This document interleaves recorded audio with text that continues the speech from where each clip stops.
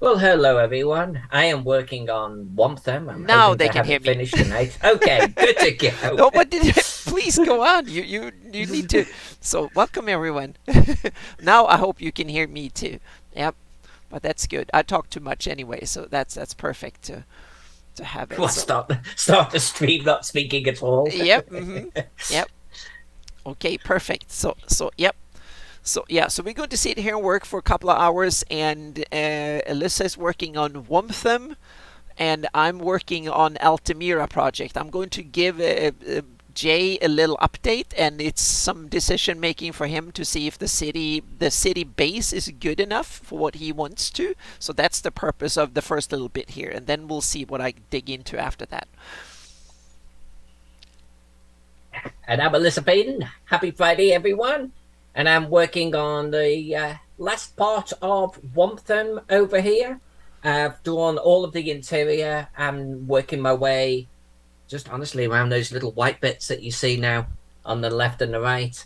And if I can get all of those done tonight, lots and lots and lots of farms, then I think we'll just start numbering some of the main POIs like the Royal Mints, the keep. There's Cool. a couple of taverns and things like that. Yeah.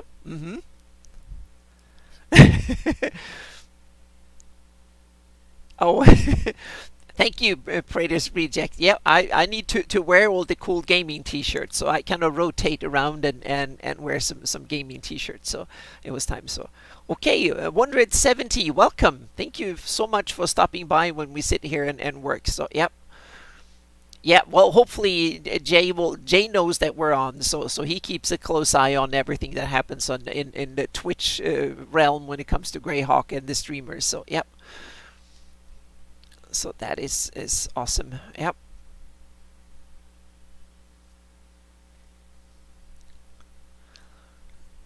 Okay. Kafir, I hope that you're feeling better. Yeah, exactly. Hope that you're doing well.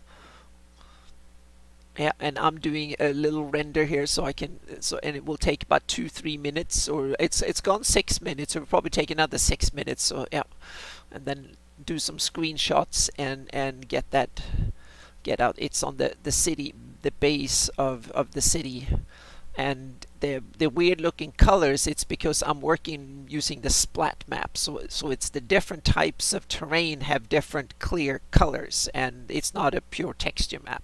It's not the it's just so the terrain will be easy identifiable, and it's also something that World Machine and other tools down the line that I will use afterwards will read the different colors and use them as masks.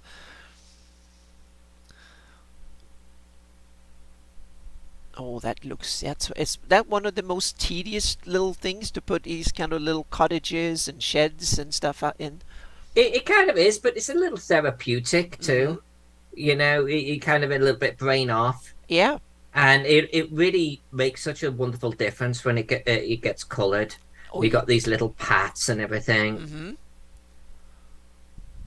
For me, I think one of the most things for me, it's like to decide where I want to when I edit the tree cover, where trees need to go or not, so to speak, because I tend to be very particular. I can get in like, oh, I want some trees there, and I don't want some trees there, and stuff. So that I try to, I'm going to be taking some advice off you when yeah. I start procedurally Mm-hmm. adding trees to the 3D world in Unity. Yeah. I'm going to be hitting you up for types of trees, what side of mountains, etc., they grow on, Yeah. typical elevations they Mm-hmm. hit and don't hit, Yeah. and let's make it programmatically accurate. Yeah, and there are some really cool tools for Unity. We need to look into them. There are some really cool tools for Unity. But Yes, you want and to I've use, also found yeah. out no, you'd be surprised because Unity has about three ways of programmatic or creating terrain, Mm-hmm. and by far, hands down, 90% is doing it by hand in their editor. Yeah. Now, you could get programs to assist with that and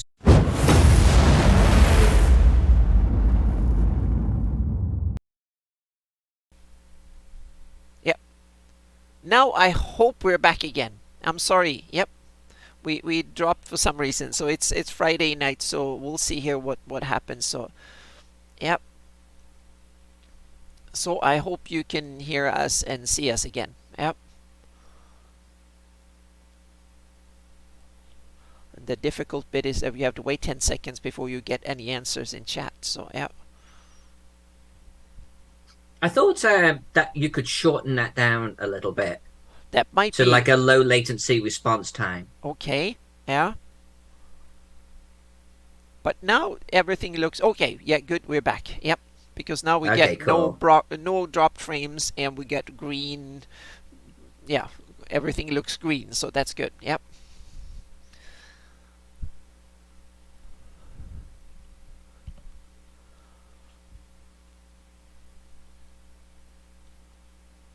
Oh, thank you, Anghamrad. Your first subscriber. Awesome.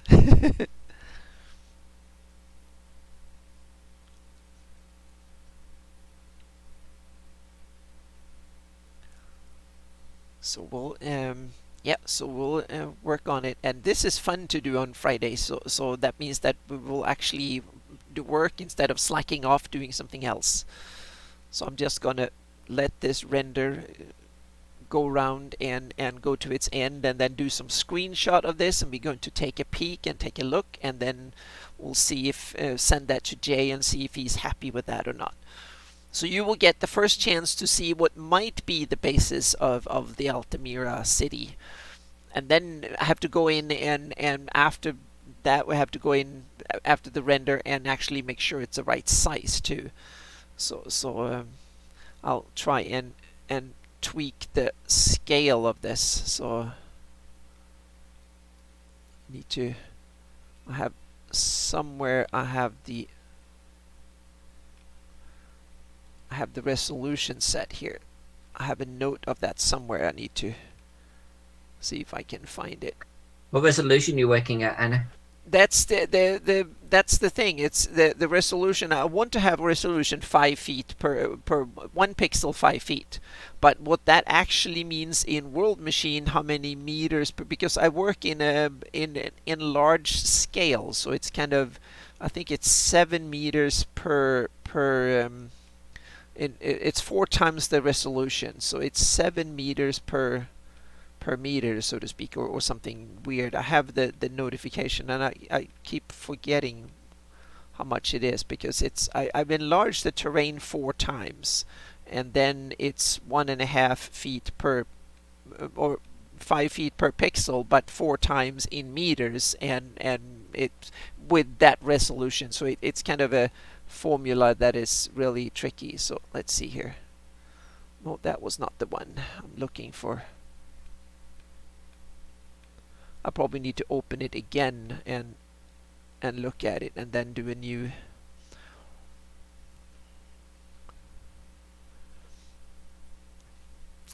Oh, I think that's a question for Alyssa. I think she's using a Wacom a pen like this in order to do the drawing. So she uses and you drawing on your Wacom screen, right? Yes. Yeah, it's basically a monitor that's about this big, Mm-hmm. and you can play games on it and everything, but it will lie flat, and you can draw directly on it. So I'm actually drawing in Photoshop using the Wacom pen here. So it has that nice tactile ink on paper feel. You have that direct response. You're not kind of disconnected with a little tablet off to one side. And that's why it looks completely hand drawn and all wonky like, because it is. Yeah. The picture behind me was drawn ink on paper, and I like that feel. I like that. That's my roots right there. So what you see on the screen with Womtham, this is the digital version, but I'm approaching it in exactly the same way. You can even see these soft gray lines in the background. That's effectively me doing pencil lines that I get rid of later on. You know, they're my guides. Yep. And here we have, this is what it looks like. I'm going to put my desktop just for the moment. I'm going to move that one.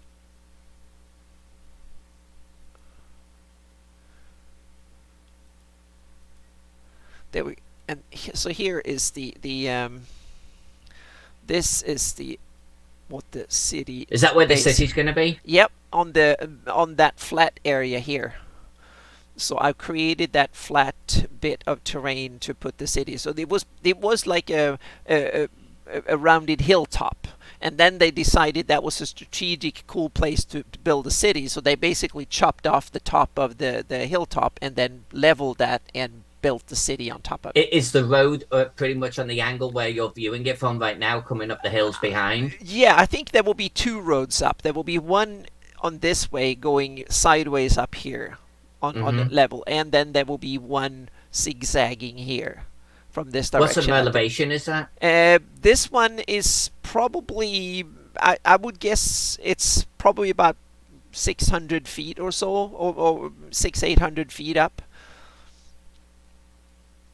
No, That's so cool. yeah, That's so no, cool. sorry, about 2,000 feet. 2,000 Yeah, feet. yeah. So about 600 meters above the surrounding the river down there, the Jewel River, that is basically almost at sea level. So it's probably about 600 meters up from there. So it's quite a step up, so to speak. So you have to zigzag back and forth. But on the other hand, it's a very it's easy to fortify. It's hard to get to. It's a very defensible position. You can see for miles, and you have it. Previously it was just round, and now I've actually made it look more natural. So I made it bulge in and out, so to speak. I also, before the cliffs around it were very, very steep, I kind of made them a little bit more graduated, so it blends in with the hill, so it looks like a natural hill that has been shaved off. And then there's another hill next to it here that could be like a keep or something, other defensible position next to it. So now I'm going to take a couple of screenshots, and I realize I need to reboot my work computer because my Wacom and stuff USB doesn't work, so I need to reboot that. So, but that is okay because I have the stream from another computer here. So there we go. I think that's so. Now I'm going to take some here, and then I'm going to save this. And now I'm going to stop sharing my desktop here for a moment, and you have to keep looking at Alyssa's awesome work while I'm rebooting this computer. While I draw hedgerows live on Twitch. Okay, yep. Because it doesn't work, and I've tried before to test. I forgot to test this, but the good thing is that I can reboot this without touching the stream. That's the only thing is I will lose my mouse while I'm doing this, because my mouse and keyboard is actually on this machine. So now I can just hope and pray that it will work for the next 2 minutes or 3 minutes while it's rebooting. Yep. Yeah, thank you, Angamarand. Yep, thank you so much for. Yep, it's kind of cool. And when that is textured properly, and there's buildings and stuff like that on top, I think it will look really, really cool. So this is only the second step, so to speak. The first step is to do the actual elevation of the terrain. The second is to put the splat map in there, and the splat map is just a raw splat map. That needs to be edited too, because we need to figure out where roads go, and we need to figure out where the farmland and what is open meadow, so to speak, grassland, and what is forest and stuff. So I need to split that up a bit more and work on that a little bit in Photoshop. So, but first, Jay needs to sign off and say that the landscape or the elevation is good enough. So, Anna, you were saying that the render times are like 20 odd hours on that. yeah. So can you do anything while it's rendering? Do you have another machine that you can work off or anything? Oh yeah, I have the machine that I do the streaming on, and I have my laptop, and I can do light other work, so to speak. So I can answer emails, and often I sit and do my campaign plotting and stuff like that, and I can do light Photoshop work, but I can't. Once I load a big file in Photoshop, I take up RAM, and that's not good. So I should stay away from the computer. So what I usually do is I start it in the afternoon when it gets too hot and I get tired, and then I'll let it run overnight and into the next morning, so to speak. So then I do a lot of the reading. So I sit down and take notes and do research for Legends and Lore shows and stuff like that. So, but I'm really keen on getting a really beefy computer, because then I can basically render something all the time. or at least one render almost every day. So that way I will speed it up, and not only I can render because I can work and render at the same time, but the renders will also go much faster. One of the reasons it takes so long is not that my CPU is slow, it's that I don't have enough RAM, so it needs to swap to hard drive, and I don't have really fast SSDs that are big enough, because my old machine can't take that. It can only do SATA SSDs, not the really super fast ones that are you hook up to PCIe or the to. Yeah, the like the NVMe Yeah, exactly. twos. Yes. Yeah, Yeah. that's what mine's running right now. Yeah, so my new machine, I'm going to put a couple of 4 terabyte of these super fast SSDs in there and RAID them together and use them as a swap file. And that alone will cut down the render maybe in half. So instead of 20, it will be down to 12 or 10 just by that. And then add more beefier CPU, might cut it down. So instead of 20 something hours, it might be 5 hours. Hasn't it come a long bloody way where a SATA drive you go, I don't want one of them. Yeah. It wasn't that long ago having a couple of badass SATA drives. Oh yeah. You were the bomb. Yep. I have a 2 terabyte SATA SSD in this one, and that was fantastic 5 years ago. That was the best that money could buy. It cost like $800 or something, just or 1,000 just for that. But so it's kind of, yeah. So now my machine is up and running. Now I just need to get the share up and running again here. So, truth be told, Anna, I actually used this old machine for a long time, and I used to build my own computers and everything, just like you, and I loved doing it, and I stopped for like a long time. I actually worked for a company where they built them, and we would ship them out to customers and stuff. I got super familiar with it, but ever since about 2004. I was like, I don't want to do it anymore because all your friends and your family are asking you to do it, and I'm like, screw this. I'm just not doing it anymore. And I stopped for like about 12 years, maybe more. And it was only recently, literally within the last couple of years, where I started it because of the Corona or COVID. I actually started watching YouTube videos, and I started watching like these hardware shows. And you could the night and day in that like 16-year period. And I was like, what the hell hardware am I looking at? Right meaning now? It's starting to blew my brain. Yeah, it's exotic. So yep. Screen and share. We've gone full circle though too. People with the cool cases and like LED lights on the inside and stuff. Like 16 years ago, it wasn't that. Uh-oh. Let's see. Oh, there you go. Yeah. Oh, hang on a second. There we go. So that should now hopefully work. Monitor 1. No, it doesn't work yet. So hang on a second. So.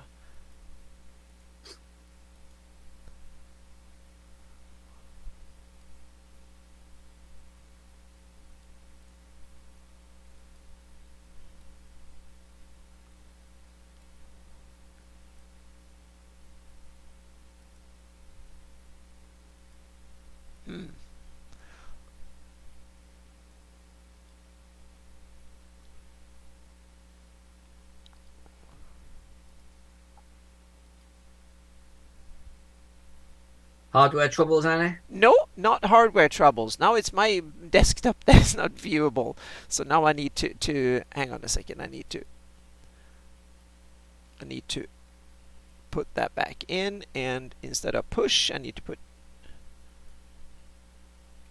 view in there, and it should work.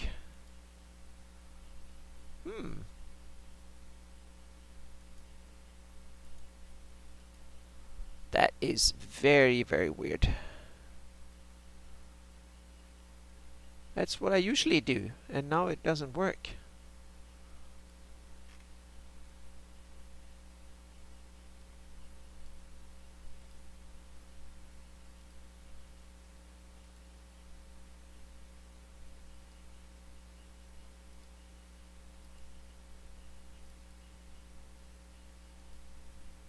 Now it works. Okay. perfect.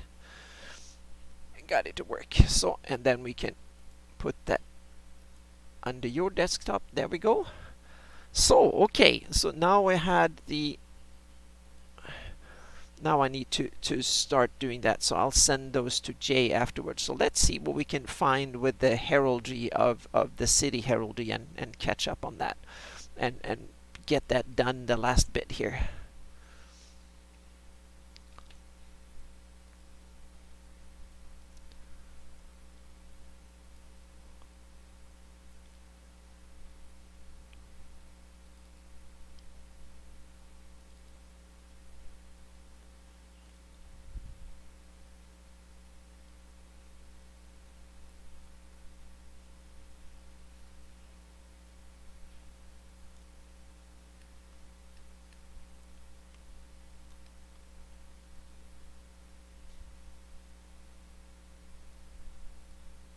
I had Womtham, but maybe that was updated and done, but I haven't done the city of Womtham. We had some discussions on that, but I can't really remember. Let's see, source files here.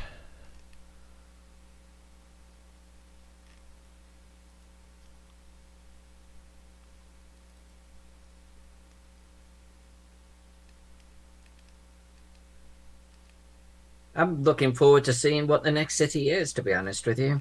Yeah. I have no idea at this juncture. Okay. I think I could even potentially throw out suggestions to Greyhawk online. Oh, sure. Yeah.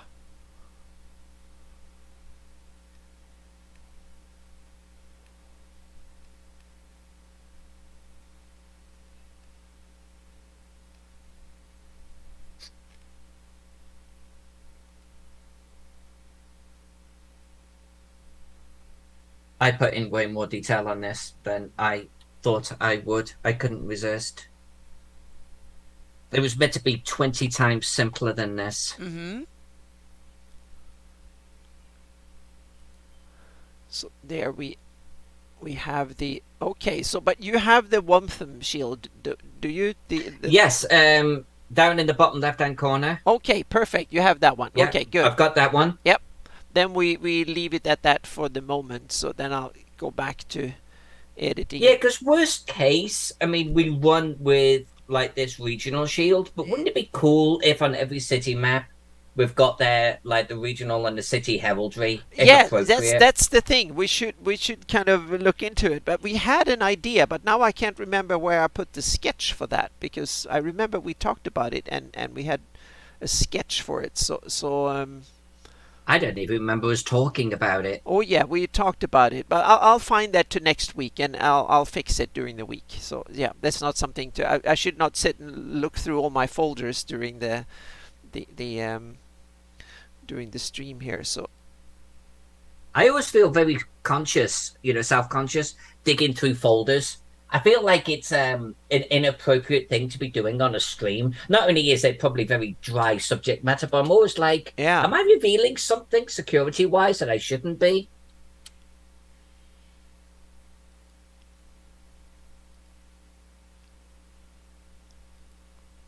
So make sure that I share the right thing. I was sharing my desktop, and that's kind of boring to just look at. So yeah, there we go.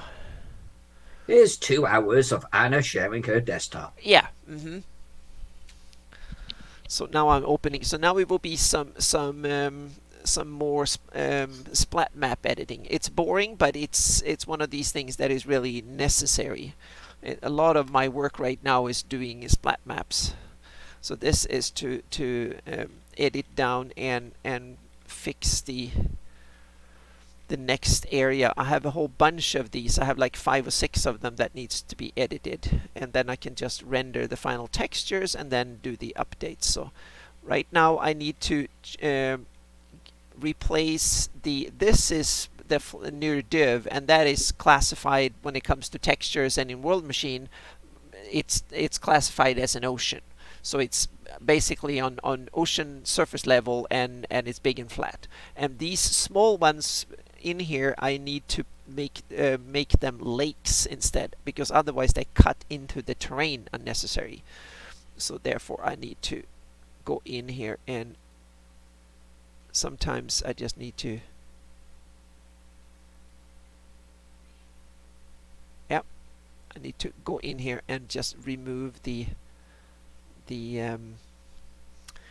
ocean here, so to speak, and these can be ocean because there will be I need to fix the because you don't want any blur when it comes to this. You want one color or the other. The blur comes in the final texture, so to speak. Hi Garamond, welcome. Good to see you again. Oops, that was not good, so I'm going to keep that. Anna, what is the technology of Greyhawk from an era perspective? Like, are we talking like late Dark Ages? Are we talking early medieval? Are we like, what do the ships look like, for example? I would What sort think, of era are they yeah, in? it's not really defined that it's not defined formally, so to speak. So I think most DMs go from like medieval, and it also depends on different parts. But I would guess from like early medieval to early Renaissance, like up until just before the gunpowder era. And there are even some DMs who have gunpowder but most I don't think have gunpowder in, so to speak. So late medieval and to early Renaissance is Okay, probably, so yeah. I mean, if I drew some ships in here that were Hmm. multi-masted and were reminiscent of like an early sailing ship, that would be okay. Oh yes, yeah, definitely. Oh Okay. yeah, definitely. So yeah, and since you have magic and other parts, so I would, I and also it spreads. Meaning I would have backwater area of that are Iron Age kind of like 2,000-year-old technology rather than 1,000-year-old technology, or like 600-800 years old. So it spans over quite a span, but it's each individual DM. But if you do it something like late medieval, I think it will be, everybody would really like it. All right.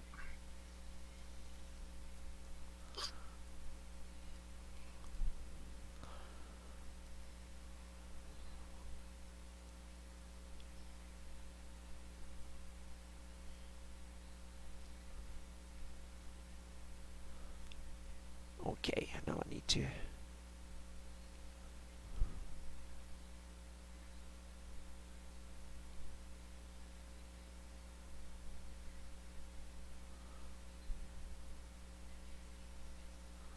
So there is quite a bit of this work, so I just have to figure out which. Oh, there is the. So what I need to remove this bit here, and then I go in. Now I control click here, and then I go into rivers, and then I can actually paint in rivers here, and this bit here.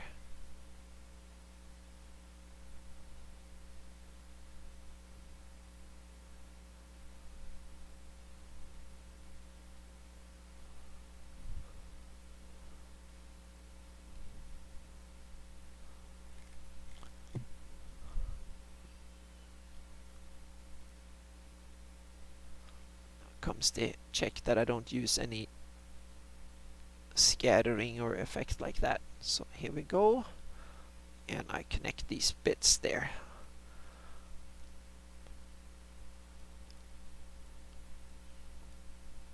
Oops, it's jittery. There we go.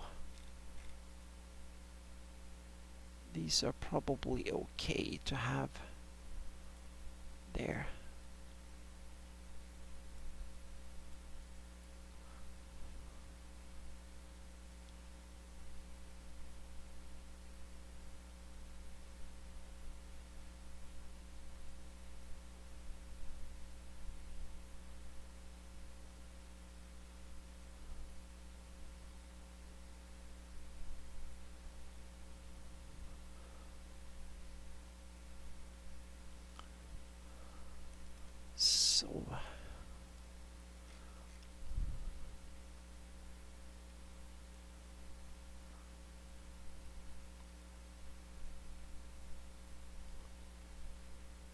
got some other lines that they happened by mistake in another map further closer to Critwall, and I realized they are actually across a bog, so they look just like in the real world when they back in the day when they used peat to as fuel.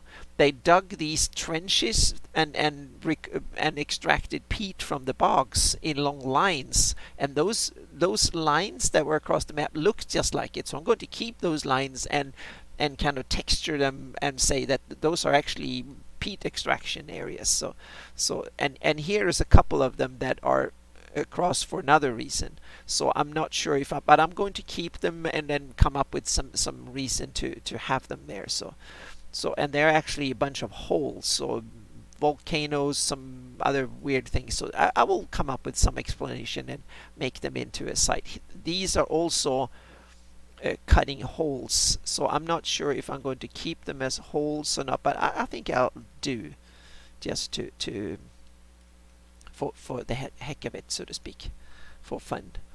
But here are some that I will actually turn into lakes proper, so they will not cut holes that are too deep.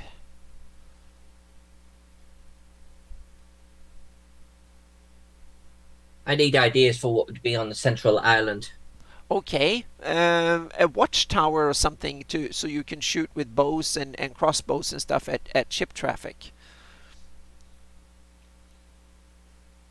And also to have a garrison to man the bridge and stuff, I think would be appropriate.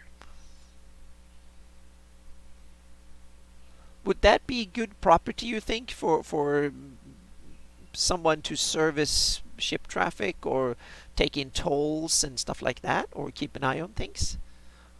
Would someone wants to live there because it's kind of cool to live halfway across, or should it just be? Is it just a piece of sand that floods over when the spring tide comes in the, or is it an island? I made it a little bit more permanent than that because Yeah. I figured that it was a foundation for the bridge going across, and you can Yeah. see I've actually got some little ramps coming down Mm-hmm. Yeah. from the bridge. So I figure something should be here. I just Yeah. don't know what that something is. I do have a little fortification on the bridge to the south, Ah, there or you the go. island to the south. Yeah. And maybe there should be something, up the top here. Yeah. Maybe like a round keep overlooking like the traffic Mm-hmm.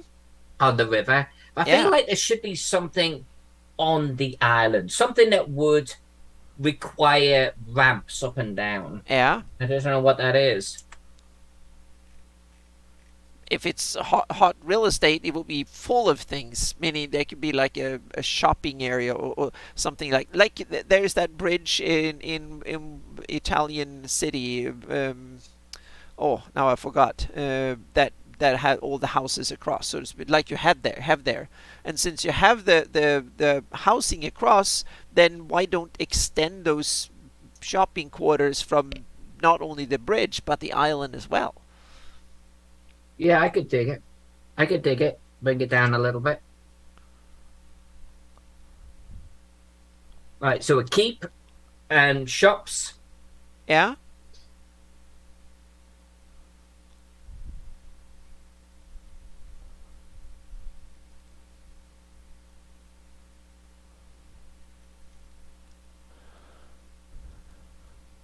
And this is the Scragholm Island, the very northern bit of it.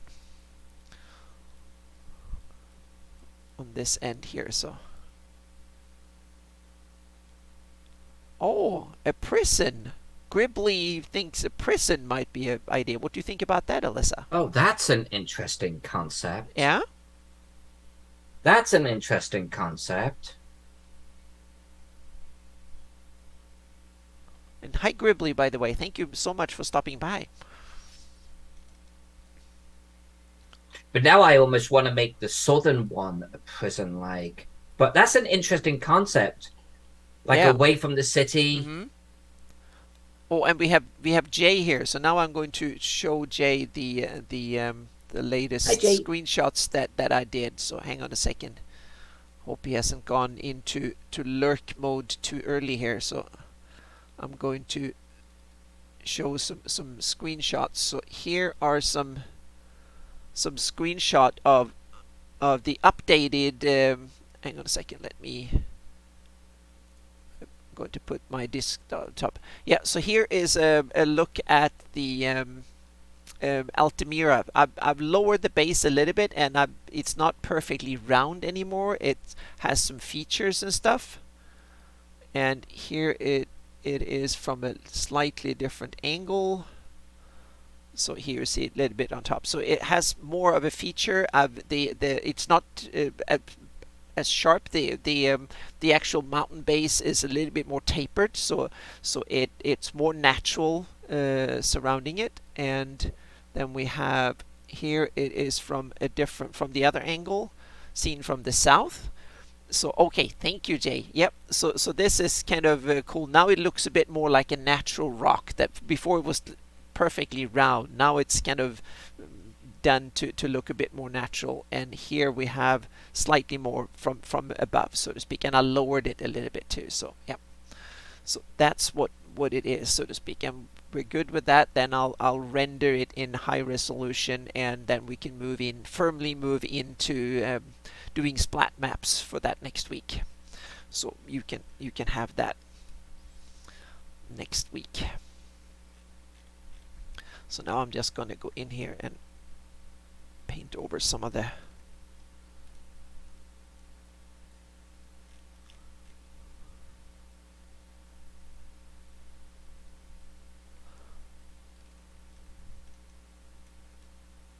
okay, awesome. Have fun and say hi to the Greycast crew. Yep.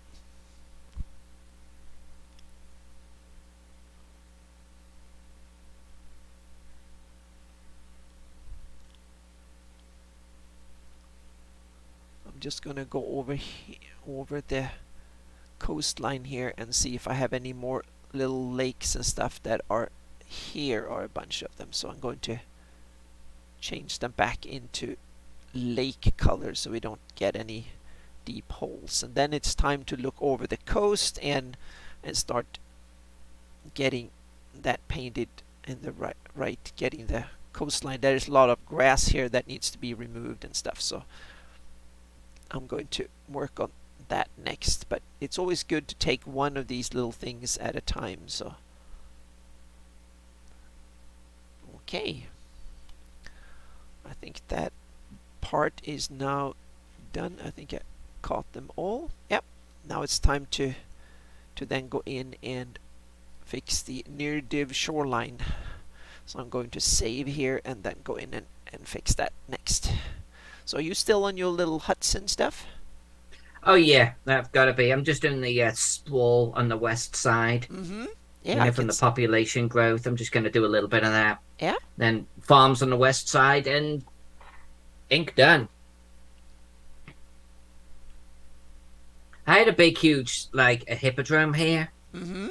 And it drew criticism, so I'm like, screw it, I'll get rid of it.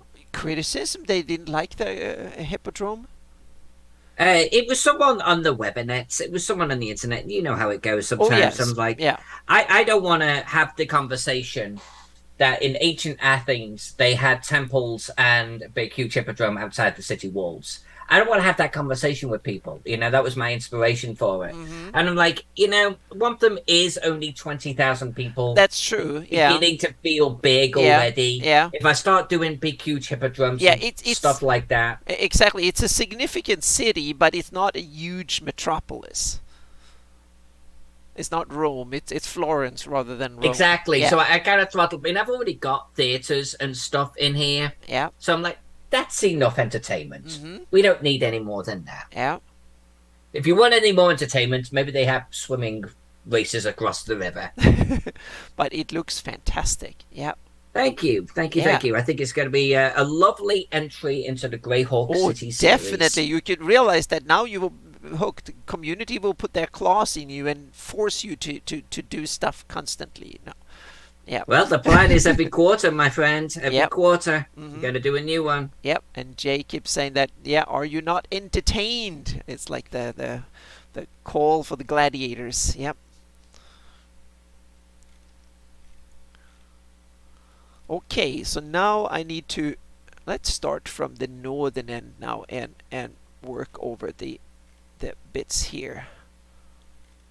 And there's like these little fuzzy edges here. So now I need to start doing a little bit of A fussy edge. yeah, it's a fuzzy edge here Uh, between uh, the green and the blue. And splat maps, I don't want fuzzy edges. There should clear single colors, so to speak. So I need to get it. So that's why I'm so, using what's the process that you're going to do to fix that?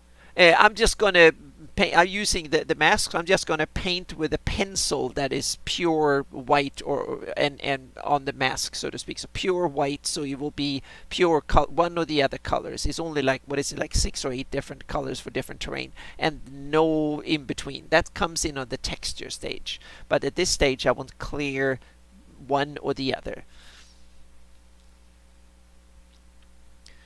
But I want some scattering and some shape dynamics, and then we can go in here and yeah, like that. So here I get a coastline that is, I'm just gonna go in here and just, this way I get like a natural coastline like this. And then sometimes I will do the other way around. I will paint green and add in. Yep. See you, Jay. Thank you for stopping by. Hi, Jay. Yeah, and we need a guest. I'll ask around the ones that we asked before and see if they want to come around, because we have. Oh, for next week. Yeah. Mm-hmm.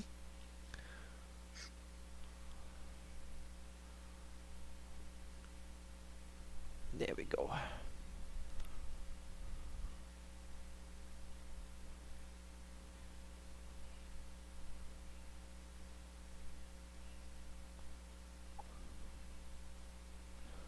Now I should keep an eye here on the flat mask. There should be a flat mask here somewhere. Didn't I have the flat mask? No, I didn't. I forgot to import the flat mask. So that means that I need to import the flat mask from the other one. So now I need to open a previous one here. Greyhawk.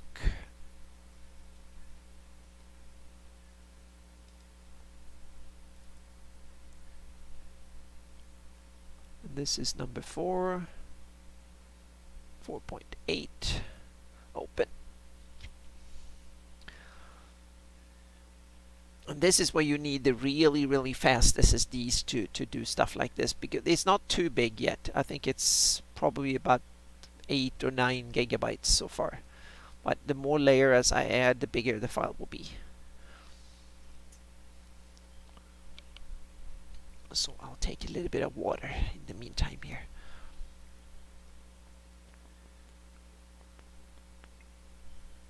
And so far the stream seems to hold up. I get green lights everywhere, so we had that hiccup, but the good thing, we could restart it. So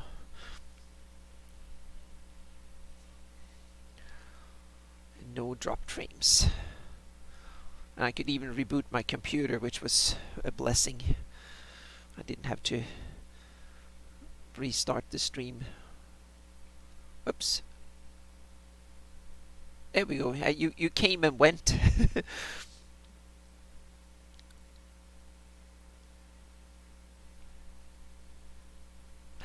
It's not that you come and go. It's that when you sit still, the filter, the zoom thinks that you're sitting so still, so you become part of the background. So Oh, me? yeah, you make a stealth roll, and then you disappear, and it becomes just clouds, and then you come back again, and it's awesome. Yep. Really? Yeah, you made your stealth roll. You were kind of going behind the clouds. It looks really cool. So the clouds kind of seep through, and you disappear into the mist. Yep, the cartography mist. Yep. It looks really cool. Yep.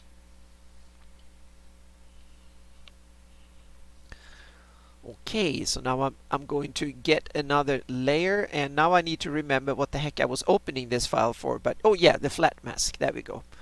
Yep. So I need to get the flat mask.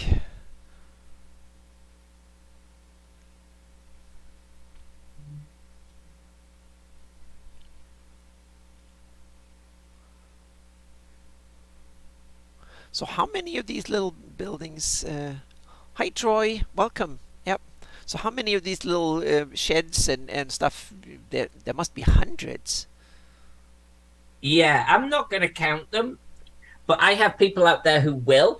And because someone did that on my Light Harbor map that I did, and I'd done something like 4,500 buildings or something on On it. that map alone? Yeah.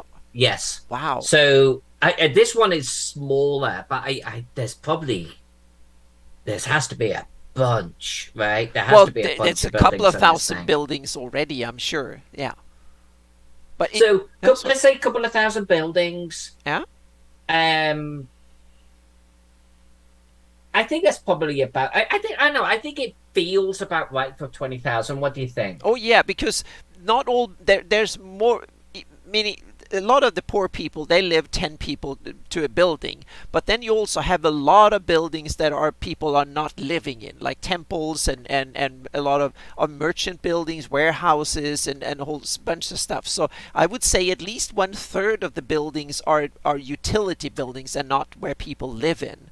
And a lot of rich people they have big buildings with only a few people in them, and then you have a lot of smaller buildings with lots of people in it. So I wouldn't be surprised if you can have way that you should have at least have 5,000-6,000 buildings in a city of 20,000. That yeah, because there's a lot of work I there. bet I don't have that many. No, but you can at least have a couple of thousand. That's what I think you should have, so to Yeah, speak. yeah. Okay, now I need to find, here we have the flat mask. And the cool thing in Photoshop is that once you, hang on a second, I'm going to put my desktop on top here for a second here. So one of the cool things you can do in Photoshop is that I have two files here. I need to get this layer here, and I can hide that here. So this layer, I need to get that to the other one. And the easiest way to do it is just right clicking here and duplicate layer, and then just say I want to have it on the other file, and boom, you don't have to copy and paste, and it will just and put it in, and voila, it's in there. So now I just need to make sure there are no other layers I want to have. um,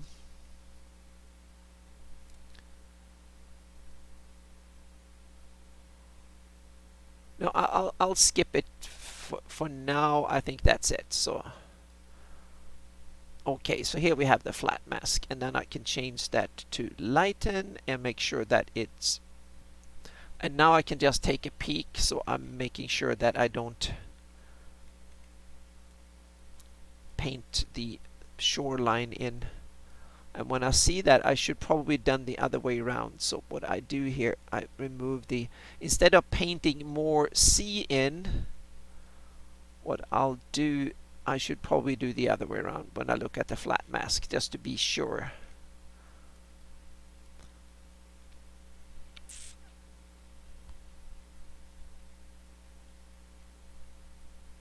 So I go in here and put that on top. So here we have splat. Now I should take one for, I should make one for sand here, so I can add some more beach. And then first I'll create a white, I fill it with white.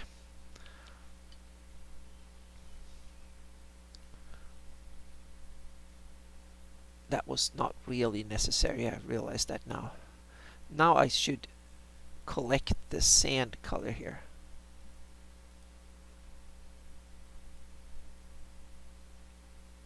Copy. And then I should go in here and just do color overlay.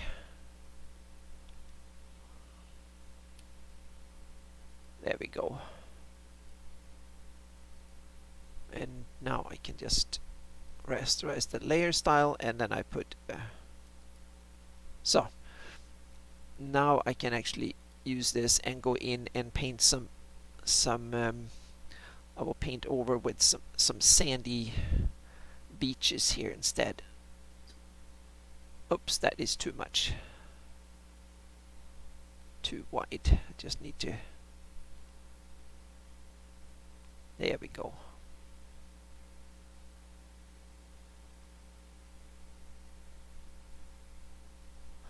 The good thing with beaches is that they don't need to be flat, but they often are flat, but not completely flat. So that's why they are good to have beaches in most areas here. So occasionally I can take a peek here and see that the it's I need to extend it out here a bit and make sure, because I don't want to have border surface where there is when the map is not flat.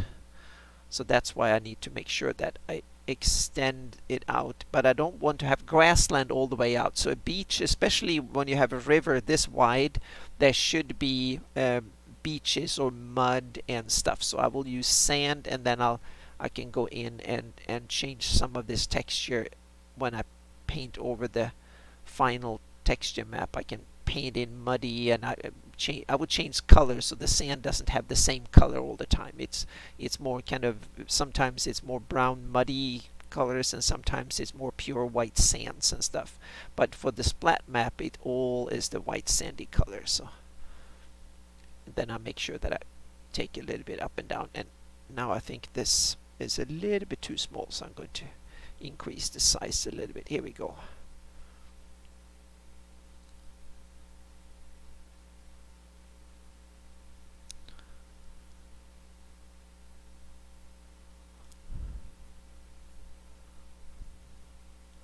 Oh, Alyssa, what are the buildings you're drawing some trees around?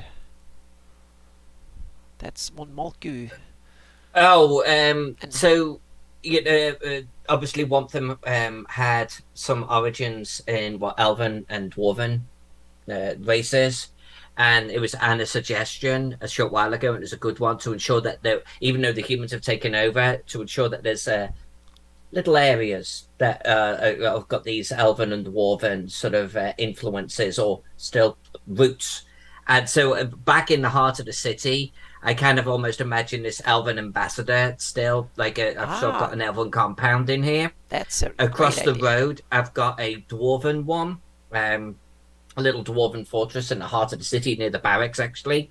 Yeah. So, but then I was like, outside the city, we should have some other things.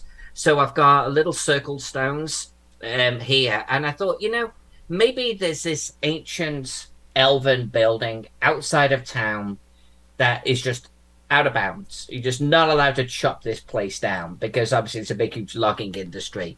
So I'm going to have this copse of trees Like a that little are nature reserve out there or yeah, something. a nature reserve, exactly. And it's Yeah. all fenced off. But Cool. then right up to the fence, Yeah. there's farms and deforestation. But that have this little sort of pocket of where, I don't know, something elven and important is going on in there. Cool. And Yeah. you guys will tell me what that is. I like to put things on my maps where you decide. The GM decides, the players are curious. I don't have a story behind everything. I just sow the seeds. That's a great idea.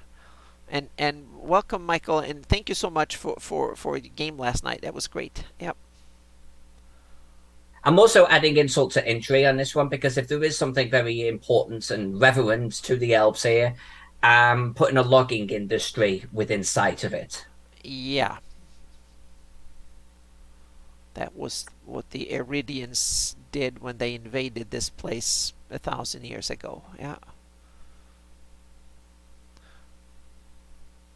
And I'm working on the Nyrdiv Veng River shoreline here on the northern side, so I'm tweaking this to make it get the shoreline straight here. So I'll add in some more grass and stuff in here too. So, but first I'm getting the water line here straightened out.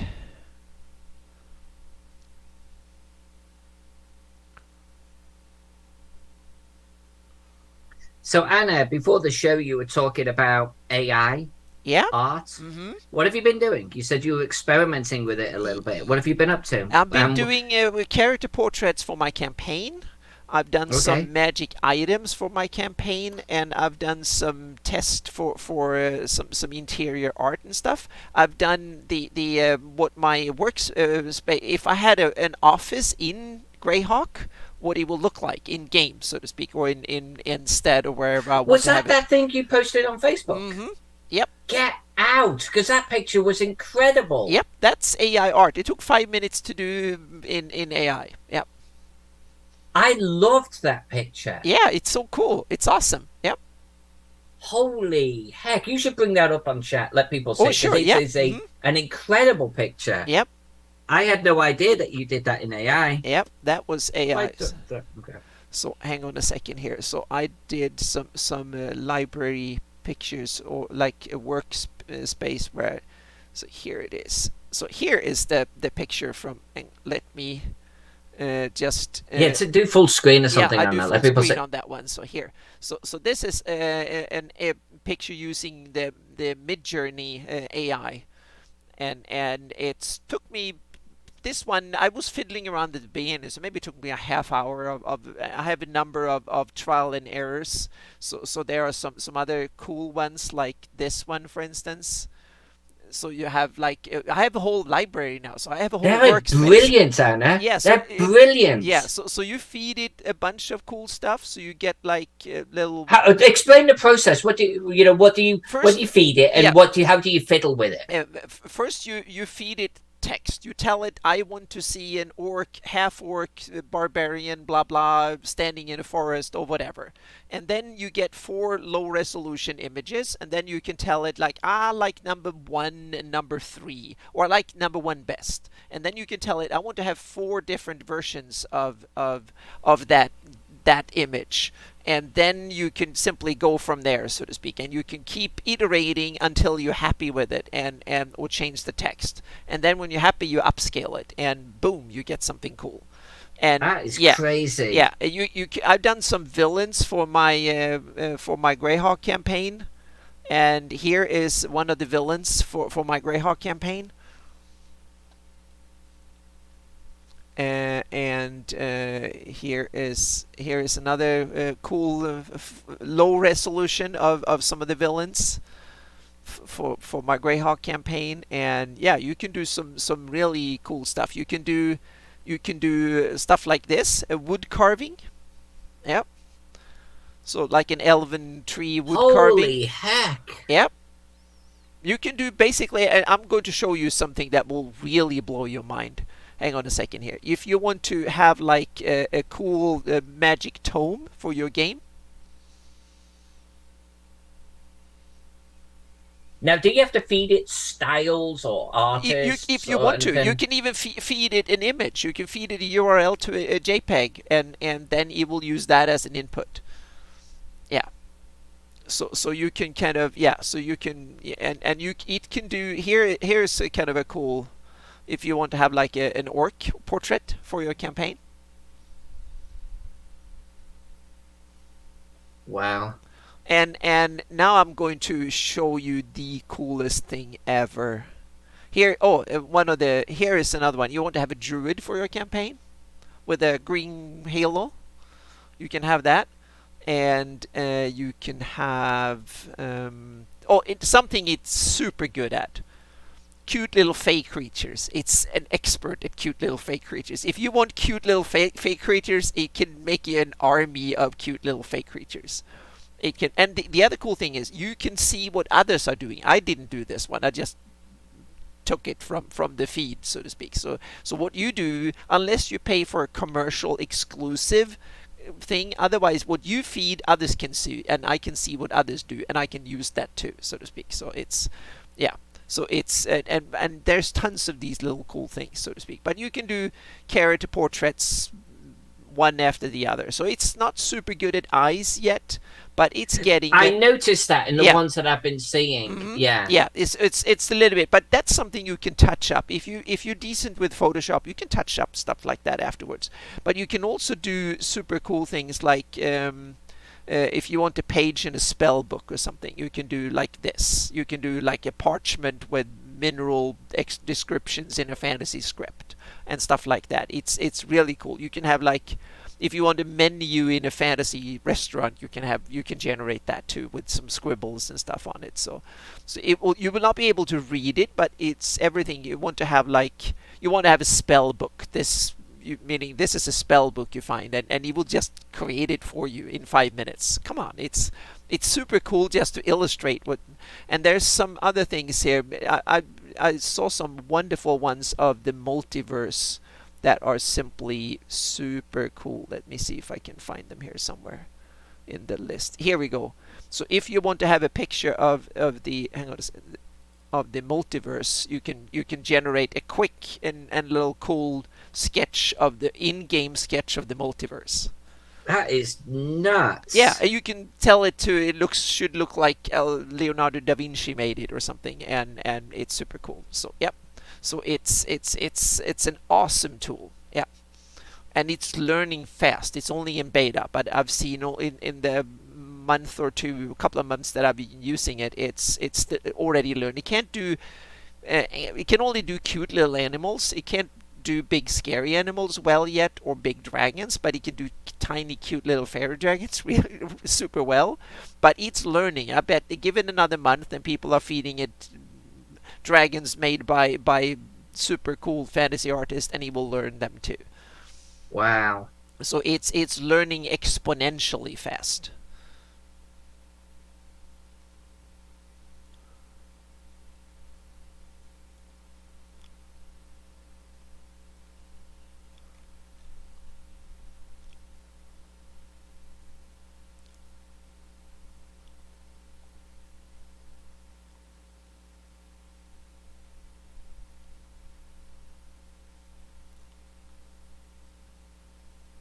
So it is one of these kind of really cool tools that is coming, and it will change a lot for a lot of us, including me down the line. Well, I'm scared to feed it any of my maps, to be honest with you. I kind of don't want it learning what I do. Yeah, but I'll feed it mine. I already have because I want it to learn to do And some text. how did it do? Not good yet. It can't understand a top-down perspective yet. It can only when you tell it top-down from the air, seen from above, you get it like looking down on it a little bit. So fancy postcards, but top-down, it doesn't understand that yet. But it will in not too distant future. It will. If I keep nagging at it enough, it will. That's the that's my Well, prediction. don't teach it too fast, Anna. Yeah, that's the thing. It's like, yeah, I want it, but somehow I don't want it either. So it's yeah.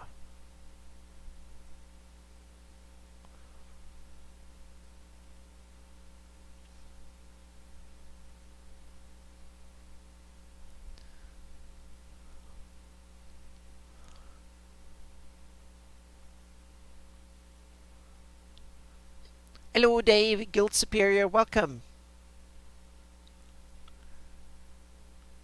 and thank you so much for all the wonderful comments and stuff.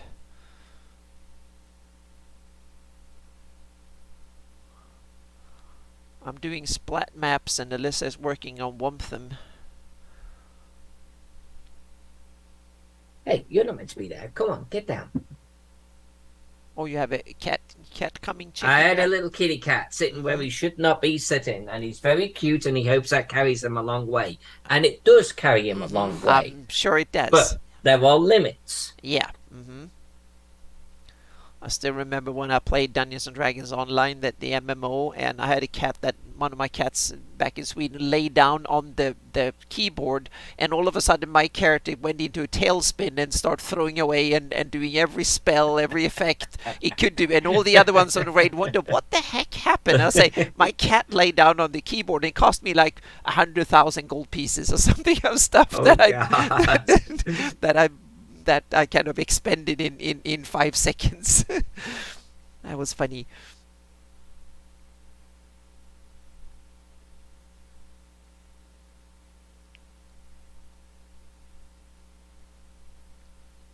Okay, now I think I've done most of the bits here on this. No, we have this bit here.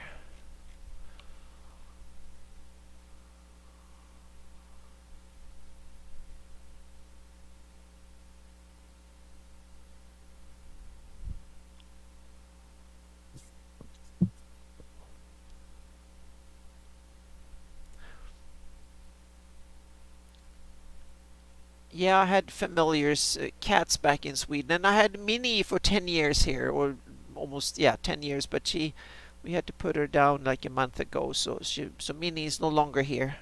So it's empty on the couch, unfortunately. Yeah, but she was a wonderful dog, and she loved when I was doing this and just sat down here and gave her treats, and she could lay and sleep next to me when I was working.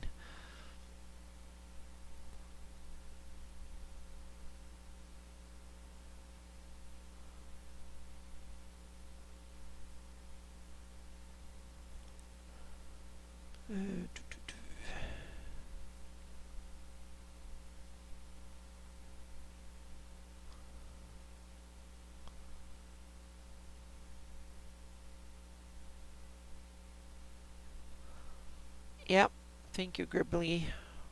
Yep, that happens when dogs are really old.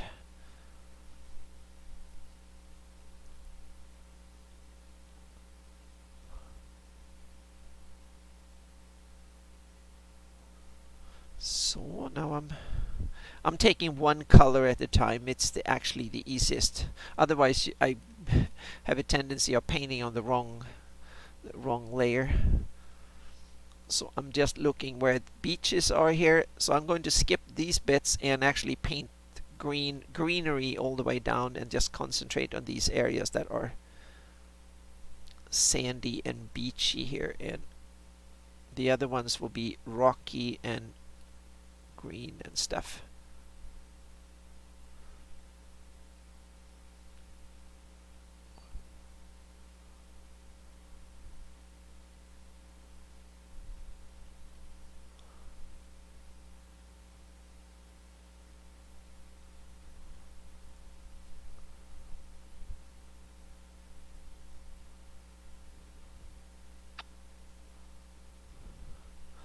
And it is boring to do this extra step, but the good thing is that here you get to, this is the way to assure that I can use this, the data and the map, in other things like game engines and stuff. That's why I'm doing these extra steps. And it's also great because you it's extra work, but the end result really, it's easy. It's more work, but it's easier work. So that way I know what I'm doing more. Otherwise will be, you will do a lot of stuff, and I don't know, because I want to know if it's flat or not. When I use these, when I have these colors, I know that the area that I'm painting has a certain elevation and stuff, and I can use the things like a flat mask here, so I can go in here and see what areas are flat and flat enough to have. So I'm just enhancing what's already there, which is much easier than to go in and paint textures right away. So here's an area, for instance, that I will need to go in and fix a bit here.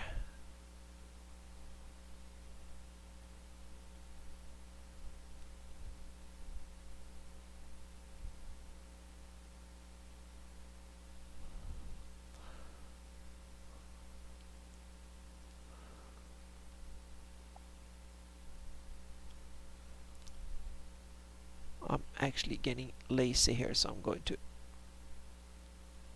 paint over these bits here.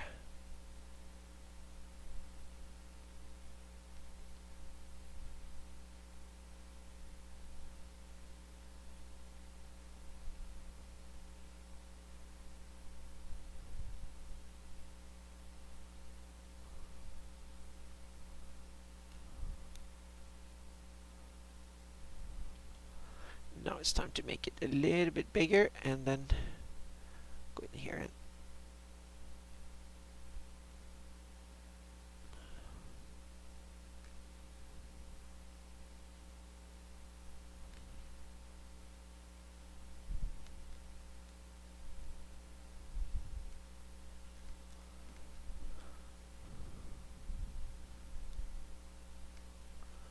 so, and then I'll go in here and remove the bits here.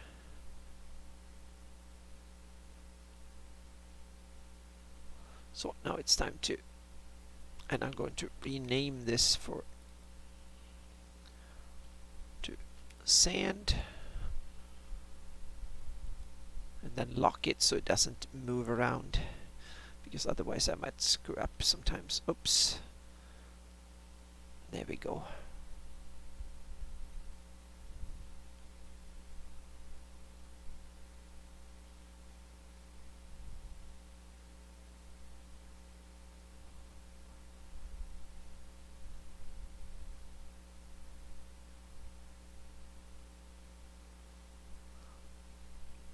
And I want a fair bit of sand here out towards the river, because rivers kind of have that, they since they vary a lot between seasons in elevation level, there should be a fair bit of mud and sand banks on the sides of major rivers like this.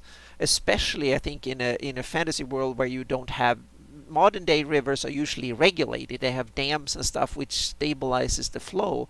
But in the fantasy worlds you have lots of, meaning the river might be much higher in spring than it is in fall or high summer. So that means that in during high summer there is probably a lot of mud and sand flats or sand banks on the side of it, and at spring the river is much higher, so to speak. We are now, there are very few big rivers in the world that are not regulated. I think almost all of them are. That means that a lot of that natural flow have disappeared.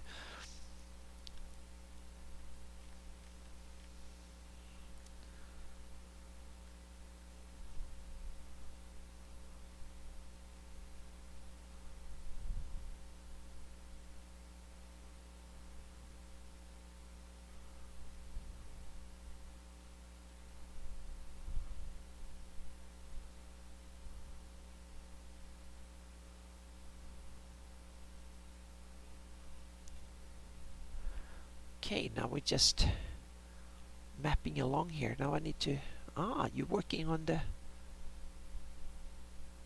oh, those are I'm almost tiny. finished the ink. Yeah, I'm pretty close to the ink now. yeah.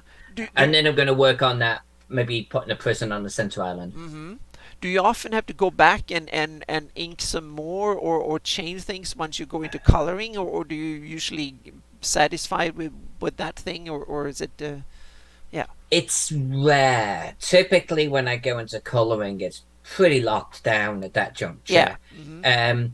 I probably get more changes post coloring because of commission work. Okay, yeah. But you have them on separate layers still, so you can go in and remove the ink. Yes, or I tweak keep the everything colors. on separate layers. Yep, that's very smart. I had one today, funny enough, from Luke Gygax. I can actually show you. Oh, yeah, the one. Yeah, I saw you had. Oh, yeah, that's the one I saw you on Twitter or Facebook or something. You posted. It looks fantastic. So that fish building in the center there. Yeah. He approved a drawing of it that had much smaller fins. But once it was colored and in context of the city, it looked like a blimp. Yeah, I was just. I thought it actually was a blimp, so to speak, or well, something. And so after it was way worse. Mm-hmm. So after all of the coloring and everything, he was like, "It looks a bit like a blimp. Can we change that?" Yeah. And also after coloring, I had that road right there missing, and it's a labeled road on this like sketch. Mm-hmm. So there's a couple of things sometimes where I have to come back and redo them. Yep. Or redo little bits, but it's if it's my work for me, it's pretty rare. Oh yeah, but that's the difference. When you're working for a client, you often get like second thoughts, and when they know what, if they like it or not when they see it, but it's hard for them to explain it beforehand. So I think that's very typical, at least from my perspective too, that you get changes like that. I had Cobalt Press once, though. I drew an entire city. I drew 3 cities for them at one point. They're the ones that they gave you credit for. Remember that little episode? Oh yeah. Mm-hmm. Yeah. One of those. Done, drawn, inked, colored, finished, labels. I'm out of here. And it was like, oh, we forgot. South of the gate, there's a complete marketplace and some extra buildings. I'm like, what? And that wasn't a small modification. That was a little bit more. Mm-hmm. That was like Yep. It's like you should have told me about that when we were still inking. Yeah, Yeah. that I feel was a little bit of a boo boo. Yeah, but that I think is the hard to trying to explain to clients your work process. When are different things locked down? And from a writer perspective, they want to keep meaning. They can just change a sentence, and that changes everything. So Right? it's kind No, of I yeah, get it. yeah. Yeah. It's really hard. So that communication is really hard, and Well, can't you just draw some extra buildings yeah, and and me like you put in some a river there, or we want some more mountains, and there should be a lake there or something like that. And I said, no. But you realize we locked down the elevation and the topography months ago. We can't change that now. well, can't you just grab the river Yeah. and bend it a little Oh, bit so it yeah. goes down a different Yeah. valley? I tell them it's possible on flat land, but once we have the valleys and topography, and that's it, so to speak. So and that's hard for a writing editing team that simply want to change something in edit very late in the project, and that's really tough. Yeah. And that means that you also have a responsibility as a cartographer to communicate both your workflow when you can change things, and also saying, now I'm moving in next phase, all these things will be locked down, those features can't be changed. But it's also hard for someone who is not graphically and cartography thinking to understand what is topography, what is texture, what is certain features and stuff. They're like, oh, it's on the map. Can I change it? Why can I change that and not the other stuff? So it's kind of tricky. Yeah. And I no, you raised a really good point. Like most of my clients are really cool. Like and Luke was really chill with the "Can you make the fins bigger?" Because Mm-hmm. that's a small request. Yeah. But and you will know this after a few clients that ask for crazy things a little bit late in the day. Mm-hmm. You start to learn to communicate ahead of time. Yeah. This is locked down now. Mm-hmm. This is locked down, Yep. and you get better at managing the client Oh yeah. Mm-hmm. communications. Yep, yeah, that's something you have to learn. And also different publishers have different routines for how they interpret stuff like this, and different authors and different writers, different editors and stuff have different ways to understand and communicate back. Yeah, fear no change. I in some ways I wish I had something saying that no, I can't change anything. So what you see is what you get. But then they will be so worried about letting me do anything that yeah. So it's kind of tough. Yeah. I did have one client who wanted me to draw a world map, Mhm. and it was the type of thing where he only had three continents sketched out for the entire world, and there were small continents, and there were also completely different scales. And at the point where he was asking me to rotate them and Uh move oh. them in the world, I was like, "Oh, this is a guy that doesn't understand his own world." Mhm. I'm literally sketching this out for him at this point, That yeah. but in final ink. I'm Mhm. like, I'm Yeah. not, and I bailed on that project. Yeah. But that is also something that I think when you do cartography, especially when you do large things like kingdoms and worlds and stuff for an author or a publisher, you might be the first, that might be the first time either them or you actually look at and start thinking of what the world looks like. So it's a huge responsibility, and it can sometimes almost come as a shock, either positive or negative, to an author or a publisher when they start seeing their world being visualized. And I can imagine if you've been writing on something for a decade and then someone's trying to visualize it, that is, it's a huge responsibility, and they can be some both wonderful, it can be received wonderfully, and it can also be panic. So it's kind of yeah.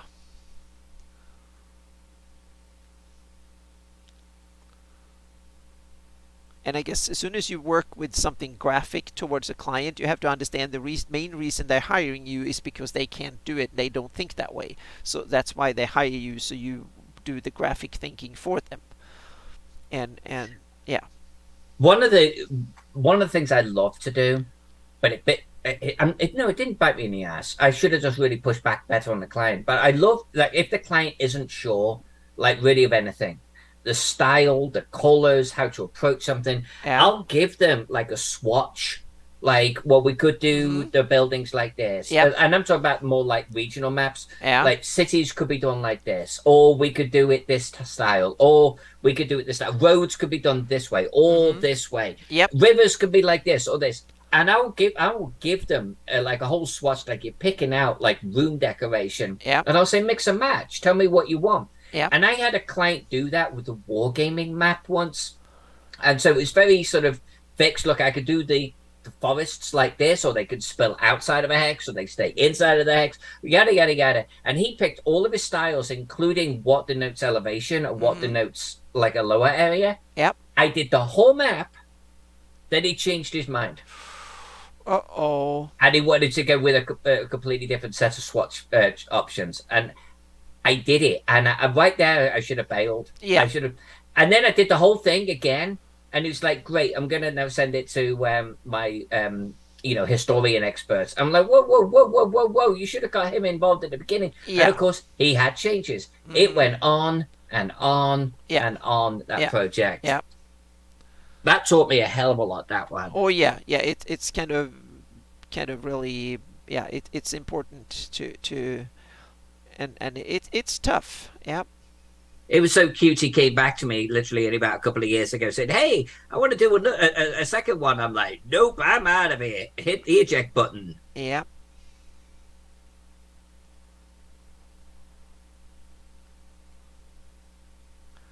But then you also get these kind of wonderful when they're like oohed and awed, and it's like, oh wow, and it's so cool. So there's a lot of positivity too when you do commissions too. So it's a Oh lot of yeah, fun. no, So there yeah. totally is. Yeah, You're right. so we should not just talk about, we should talk about all the positives too.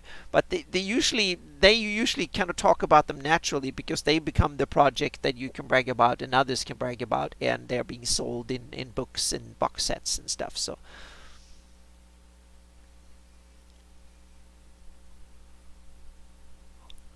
and it's beach painting day here right now. So yeah.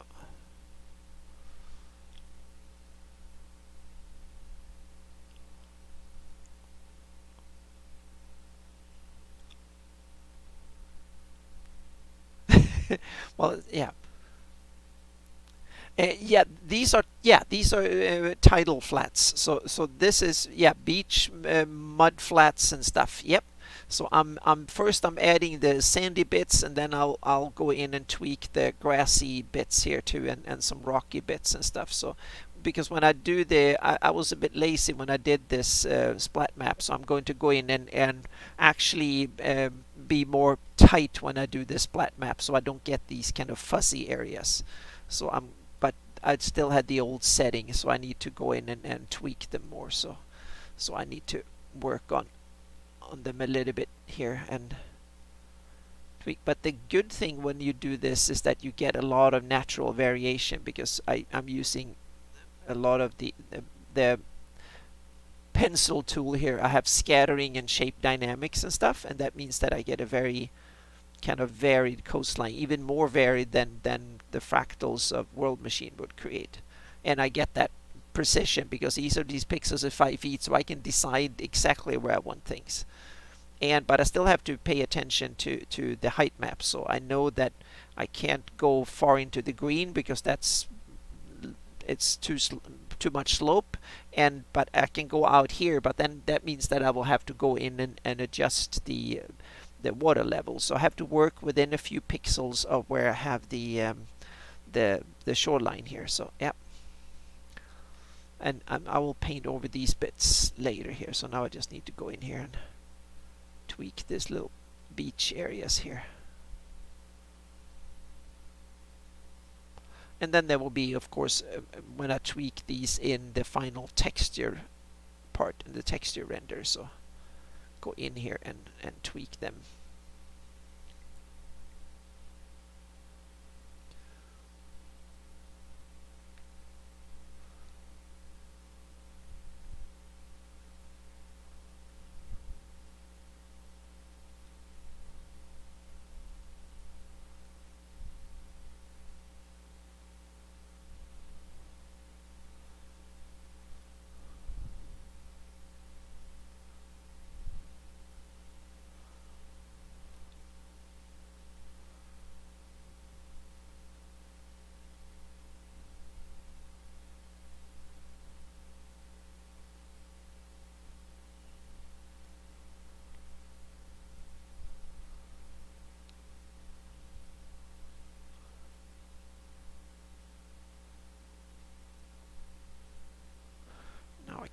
make it a little bit bigger brush here, and then I have some, oh there we go, I had some mud sticking through, so I'm going to paint over that bit and have a huge sand flat here.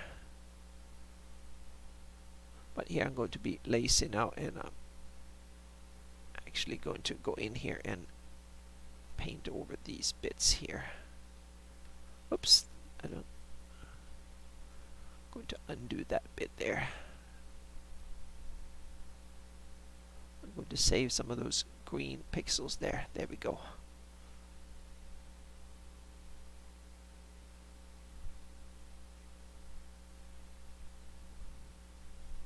And when you then go in and add extra complexity on the texture level, this coastline will look really good at the end. I did that further east for a bit, and I'm really happy with the results, so I'll just do the same thing here.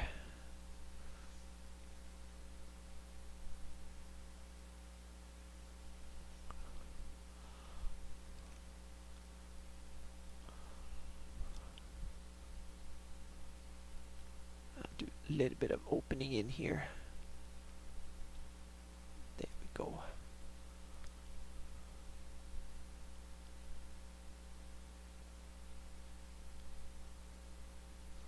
Okay, now it's time to paint in the sand here. Go on sand level.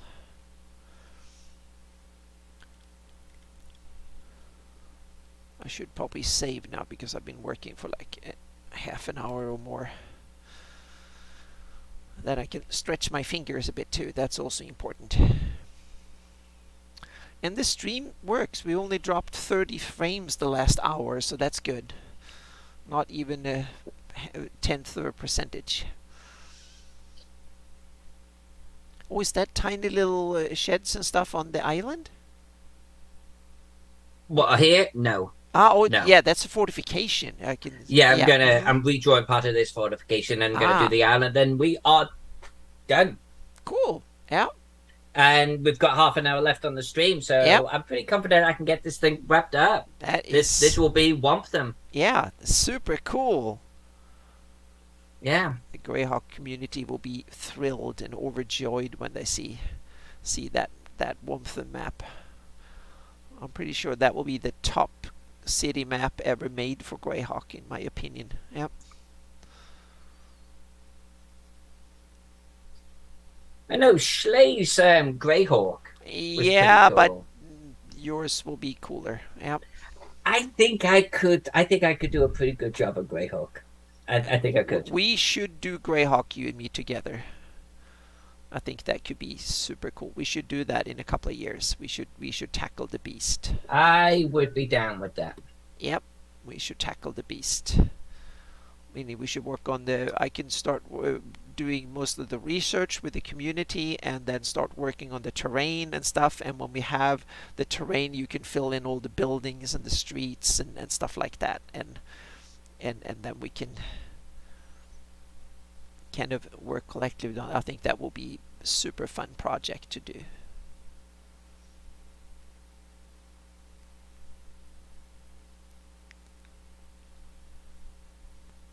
Hello, Enoch Pratt. Welcome.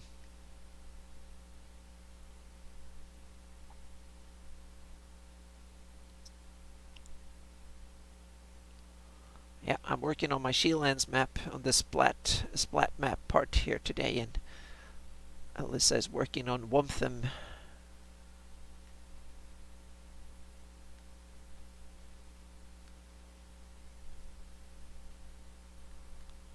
I love that D20 dice. That's awesome.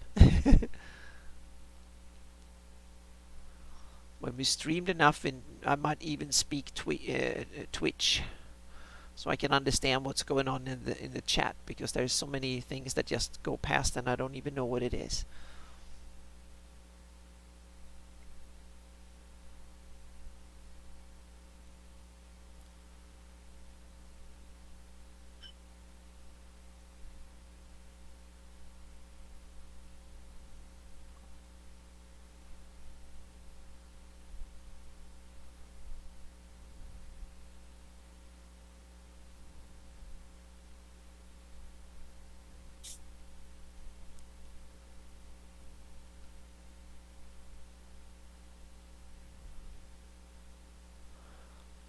So I have that. I have a buffer thingy in my. Let's see here if it's catching up here. That's why it's good. Oh, it's saving. That's why it's. It takes a while, so I shouldn't start working while I'm saving. Yep. So it's a little bit tricky, but that's the good thing of having one stream computer. There we go, and one work computer. So now I can actually continue here. There we go.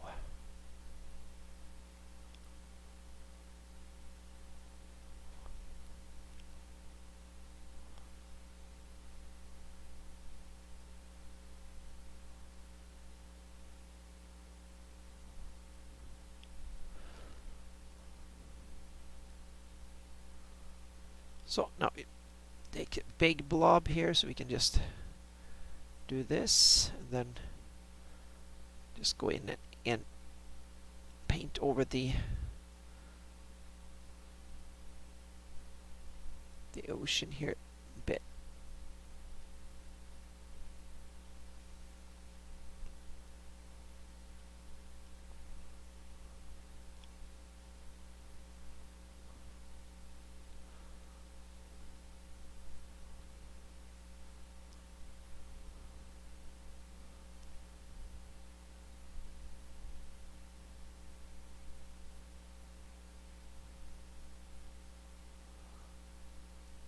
I need to clean my screen because occasionally I see things that are, but they're just, the screen is not clean. So I need to clean that up afterwards here.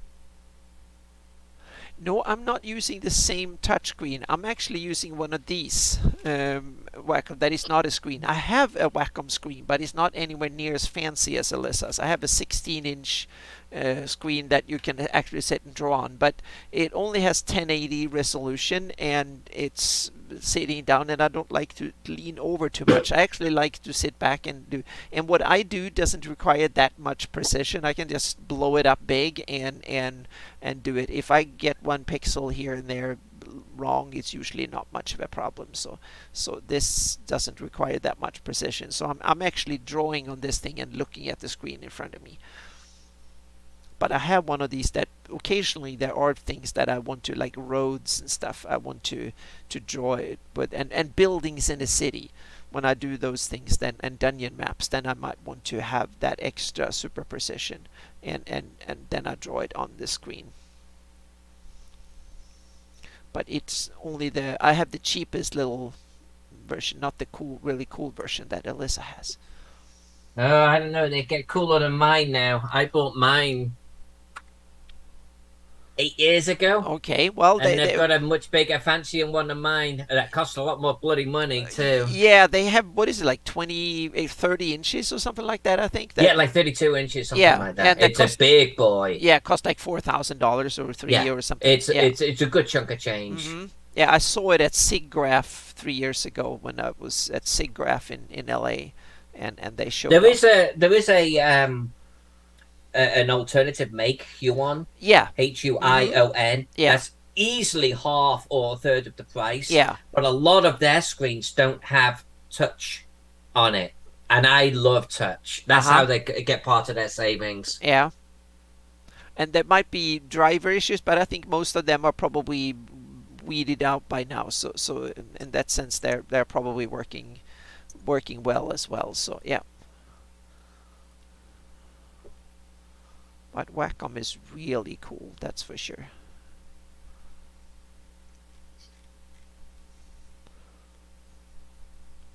Yeah, I just wish they were a little bit cheaper. Yeah, they are moving up the scale, and as when they get more and more competitors downscale, so to speak, then they're moving up the quality ladder and increase the prices significantly.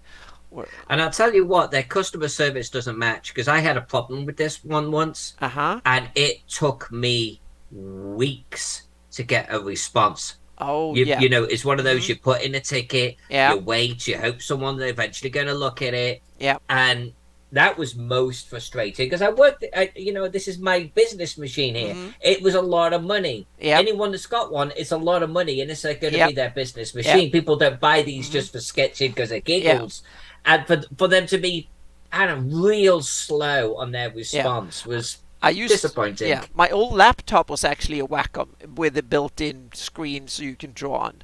And that one, I had some issues with that one, and I agree it was not the best of customer service. They helped, but it took a few days, and there was some hassle back and forth a little bit. So it was not the most streamlined. Now that was a really expensive one, and it was really cool though. It was like 8 years ago I bought it, and it was had a separate keyboard, and then it was a all built-in one, and it was fairly thick. I think I have it sitting here somewhere. I don't know where I have it, but it's sitting somewhere, and it has a Wacom pen and all that integrated into it. I feel if you're going to charge premium rates, you need to have some kind of premium customer support. It Yeah. it needs to Mm-hmm. it needs to be comparable. Yep. But that one, it was not bad. And now they're having, now I have a Lenovo with a pen and digitizer built in that is in some ways cooler than the Wacom, but in other ways it's not, because the Wacom tablet was better with the pen and stuff, but as a computer, well, it was for its time, it was awesome. I must say that for something 8 years ago, it was so 7, 8 years ago, it was super super cool. So I must say, yeah, it was not bad for its time.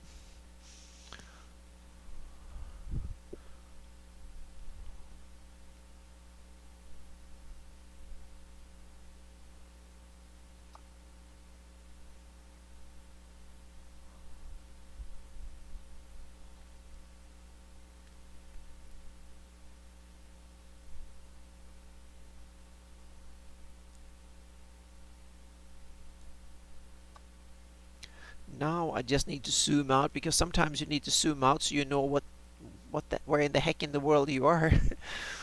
You get lost here somewhere. So yeah,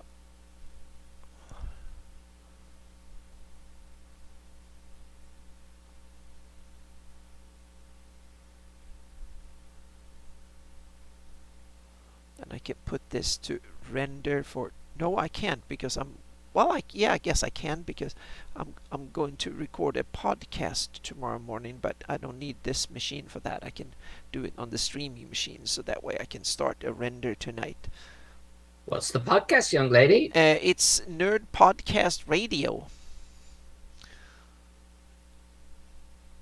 You ever been on that one before? Oh yes, there's a couple of my friends that runs it. So they used to live down here, and we used to game together, and now a couple of them still lives here, but Brian Darnell, that is was one of the founders of it. He moved up with his wife to Oregon, to Portland. So yeah, yeah, not far from where you live. So I was up there a couple of years ago, and 3 years ago when they got married, and drove up there and then back again. Yep. But you weren't home or something, because I reached out to you, but you weren't there those few days I was up there. Oh, really? Yep. I don't remember that. Yep. I have such a terrible memory. I don't remember that. That was 3 or 4 years ago. See, my memory is not that good either. So yeah, but it was long before COVID. So yeah, I drove 2,000 miles in a week, 2,300 miles or something in a week. Yeah. Wonder where I was. It's actually hard for me to imagine being anywhere nowadays because, Exactly. We don't go anywhere. screw humans. Yeah. Now we just sit at home. But back in those days, you actually went places, conventions and whatnot. So yeah.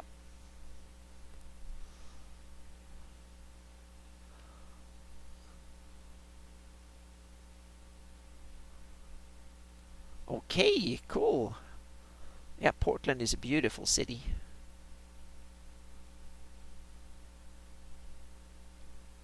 Uh, was. Okay. It's having some challenges. Well, a lot of cities have challenges these times, but Yeah. yeah. There's a lot of graffiti. There's a lot of homelessness. Uh oh. There's a lot Yeah. of neglect of the city. Oh, just trash. Mm-hmm. everywhere. Yeah. I've been, and it's getting worse and worse and worse. LA is the same way. Has a lot of homelessness and stuff. That a lot of really big cities in economically successful areas have a lot of problems because the level of the cost of living goes up faster than a lot of people can cope with it, and a lot of system can cope with it. So it's a lot of problems. So it seems to be kind of global. Most big cities that are really successful have issues like that. But that, I guess, is something for another stream, so I should not go in politically here. Yep. Okay, now we need to paint some more sand here and fill up the... I don't think that we're ever going to have a political stream. No, Can you imagine just how terrible that would be? But no. yeah, exactly. I can imagine me go on like crazy about it, but then people should tell me to shut up and talk about it somewhere else in some other forum. Yep. We can talk about fantasy politics though. That's another thing in fantasy worlds. Yep. But right now it's coastlines for me here and sandbanks and stuff. So I need to zoom out and get an overview so I'm not painting. Yeah, I'm still good here. So this could be a lot of sand out here. So I should actually paint in. That's so overview is important so you have a clue, because sometimes you get so detail oriented and so down and gritty in here so you have no clue how that affects the bigger picture, so to speak. So often zoom out often, and so make sure that what you do, it fits in the global picture, so to speak. It's really important.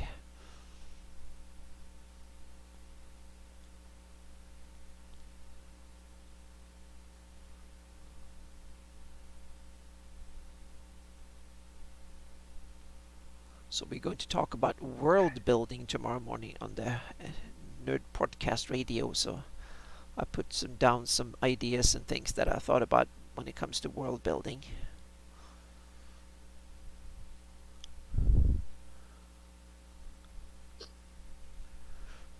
Oh, Angamaran, you mean my this map? This map, yeah, it's the this is actually, hang on a second, I'm going to show where in the world I'm working, so it will be easier to see where it is. So I'm going to take, so it's actually that part here is, now it needs to go in, and here we go. So the part that will be rendered in full texture down the line here is actually this bit here.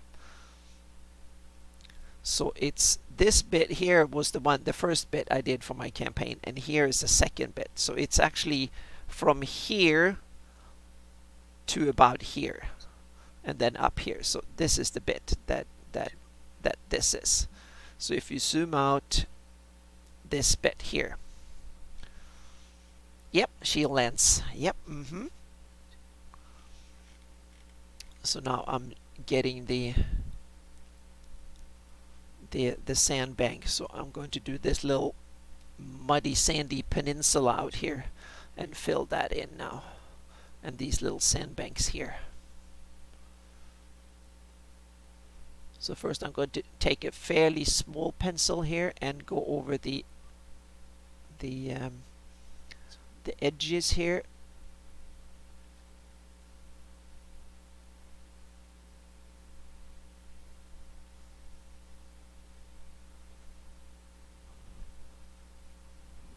Then I can just fill it in the middle with using a much bigger pencil.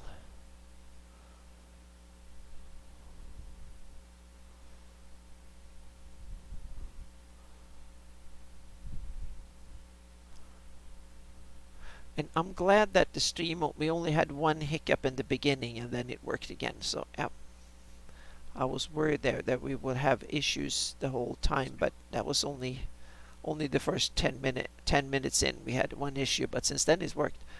Oh, that's the scale and stuff.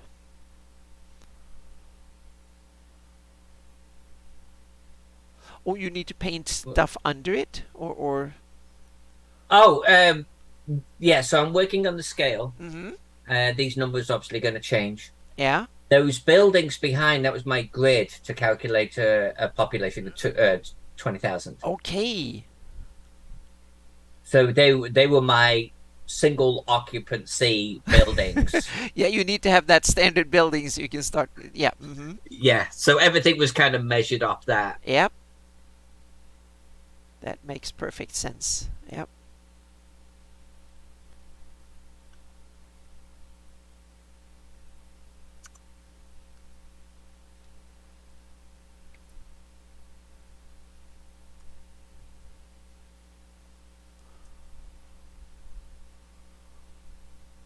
Okay, now I can go in here and use a much bigger brush to fill in the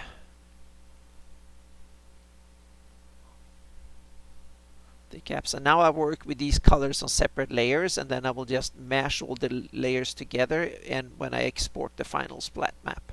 Because the idea of having a splat map is that it's much cheaper data-wise to have one with many colors than to have lots of different masks stacked on top of each other, because then each mask will take up as much data as one splat map, and the splat map can then kind of supply mask. There will be the equivalent of 10-15 masks, so that saves on both disk space and loading times and resources for the tool that you're using. So yeah, so it's in that way much easier.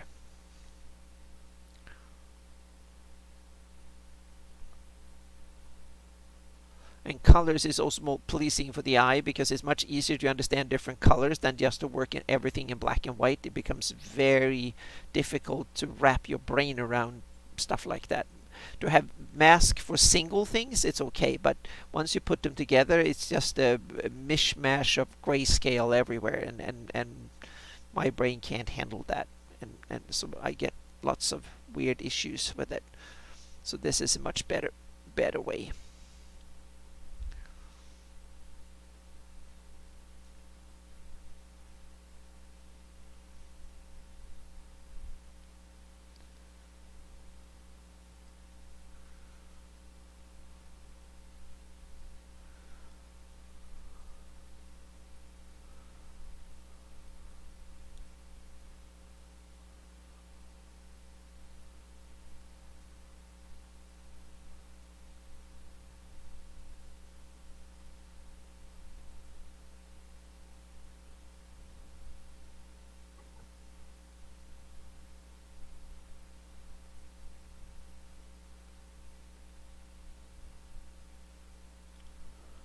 And I'm sitting with one hand on my keyboard when I change the brush size, or the pencil in this case, but the pencil, the size of my painting, so I can scale that up and down on the fly.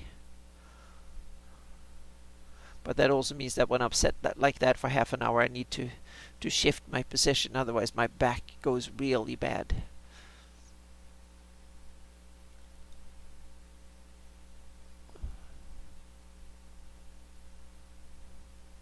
The good thing is that I'm using my left hand for when I'm using a Wacom and a pen, and I use my right hand when I'm using a mouse. So that way I can actually, I get carpal tunnel with the mouse sometimes, and then when I sketch on Wacom I get carpal tunnel with my left hand. So that way I make sure that I have carpal tunnel in both hands, or at least I can shift it a bit. So sometimes I use my mouse with my left hand too, and I can draw fairly okay with my right hand too. So I'm fairly ambidextrous. Not perfect, but so sometimes I just switch and use the Wacom with my right hand.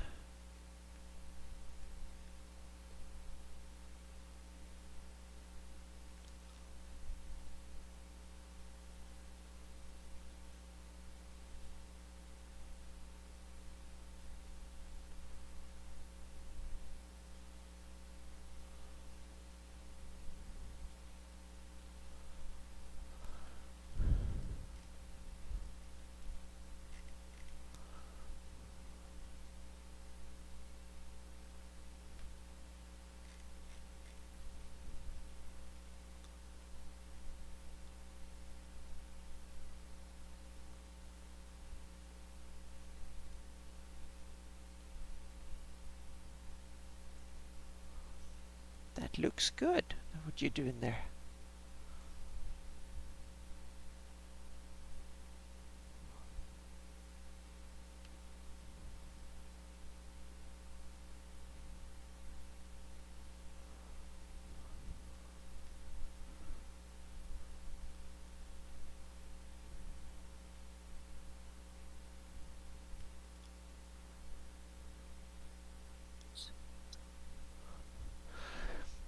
But I must remember that this is not technically not tidal flats because it's a lake, so there's no real tides.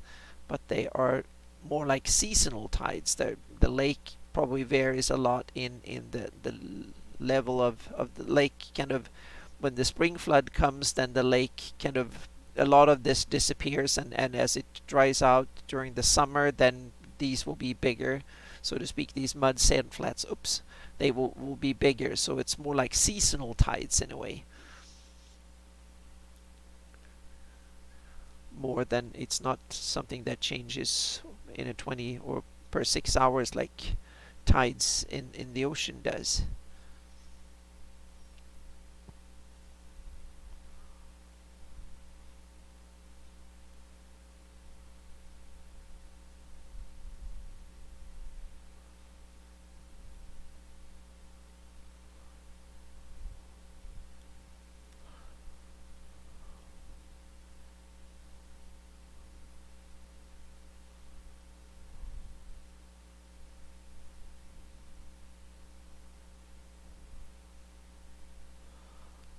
So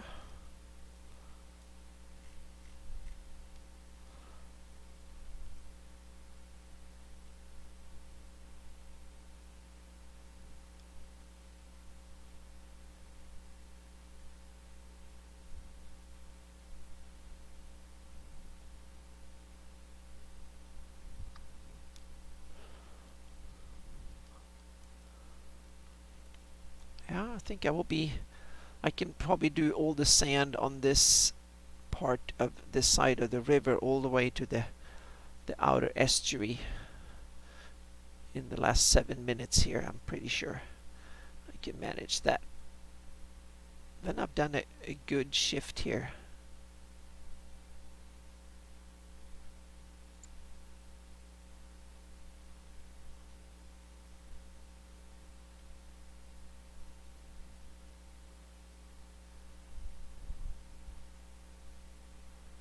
And I will be right there with you because I think I will have the scale nailed down. Cool. And yeah, I mean this is gonna be up to coloring, I think. Mm-hmm. How long is that part of, meaning how much of the overall project is sketching and how much is coloring and I figure about 2 months sketching, 1 month coloring. so coloring is One. about half the effort of the sketching, so to speak.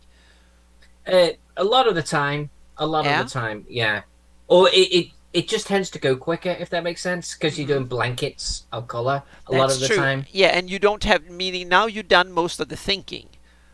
Right, Yeah, so the right. design of the city is kind of nailed down when you've done the inking part. So when you get to color, then you've already made the decision. You know what the building is supposed to be, stuff. I guess in most cases. What's the next? Is it done? Is coloring the last step, or is there any other things to do before kind of? No, I think that's going to be largely it. Mm-hmm. Let me just get this 300 on here. I do have to add a title, a key, Yeah. Mm-hmm. some numbered locations. Yeah. Um, and I often do that after coloring because I can then ensure. Okay, I like to put numbers on colored circles, so I Yeah. like the color of the circle to contrast Yeah. with the Mm-hmm. background. Yeah. You need to So have that theme match the color wise, and exactly, yeah. exactly. So I'll probably, I don't know. We'll see. I've got to do that step, but that's a small step compared to Yeah. everything else. Mm-hmm. I think we're good, girl. I think we're good. Yeah. Awesome. The hardest thing on this is going to be, and I hate this. I don't know about you. but you put so much love into the canvas that is your map, individual pixel details, and then you have to start throwing labels and icons and stuff on it. Yeah. I hate doing Mm-hmm. that. Yep, me too. I want a clean slate, and then that's something for that's when I run it in my adventures and stuff. I want a clean map to look at, and yeah. But I guess also because once I've done with the map, I'm intimate with it. I don't need the labels on the map. I kind of know. I remember I wanted that in a list on the side or something, so I put it in. So yeah, so I want a clean satellite picture and not a lot of labels, but sometimes it's necessary, and also especially for if it's something for others to consume. If it's just for me and my game and nothing else, then there will hardly be any labels at all. But I can totally get it if others who have spent zero time familiarizing themselves with the map, of course they need labels and stuff. So and published maps and stuff. It's like even just positioning this compass rose. Mm-hmm. If I put it down, I feel the best position for this compass rose is in the bottom left corner. Yeah. Because if I move it over here, I don't know, maybe there could work. Yep. It doesn't cover anything critical. But even just over here, there's this little tiny detail where we drew this little water inlet, and that Yeah. came from a show like 1 or 2 Yeah, you don't weeks want to ago, cover remember? that up. Yeah. Right, I don't want to cover it up. So it's like there's But always a would little detail that I don't want to cover. yeah, but do you will there be a non-labeled version as well to without any of the frills or whatever you call it, any of the I think we could do that, yeah, right? I I think think we could there's have a raw yeah, version, but no just your labels. logo on it somewhere and Yeah, nothing else, so to yeah. speak. Yeah.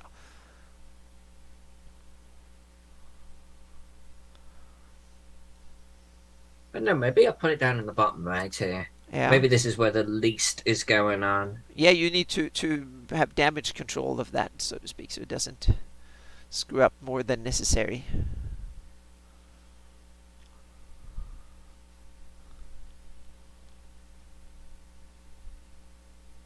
I don't see any more chat, so I'm worried, but we get green and no missed frames, so or dropped frames, so this should work. Yeah. People have got tired of me just doing boring splat map all the time here, so I should do some fun heraldry or something next week, so something that is more fun to watch. This is kind of tedious, but right now Sometimes it's yeah. necessary. I get it though, because it's like when I'm labeling like gaslight or something, no one wants to watch me labeling gaslight. Yeah. It's necessary, but it's Mm-hmm. tedious. Yep. Oh, hi, Sam. Hello, welcome. Good to see you again. Thank you for coming in. Even if we're kind of the last legs here, but we're trying to get our respective stuff done before the end of the show here. So yeah, so I want to get to the end of the shoreline here. So yep, no problem, Sam. I'm so glad you're coming in. It will make for better statistics. So yep, better stats for the show.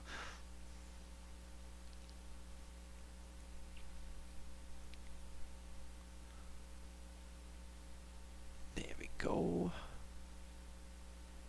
Put some stuff in here. And I have only done half the or distance, but I don't have that area here. I've already fixed this bit here, and here is some rocky bits here, so there is no beaches that part, so I'm only having a little bit here, and then I'm almost done. So I think well, it's only a minute, so we can go over like 10 minutes or 5 minutes or something here. So go over a few minutes to let me a chance to fix this here. Now I just need to look at the flat mask here. I should just do it like this.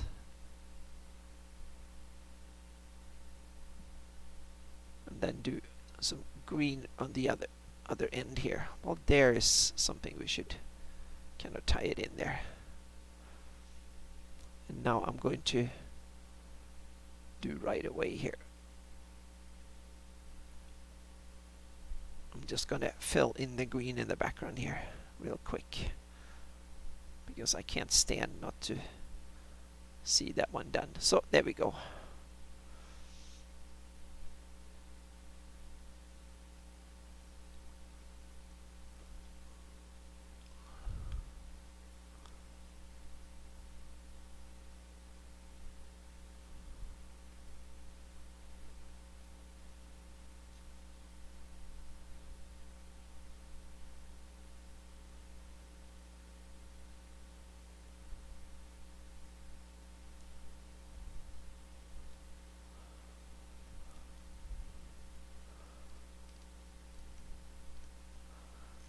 here we have a little bit of need to do this little sand reef here in the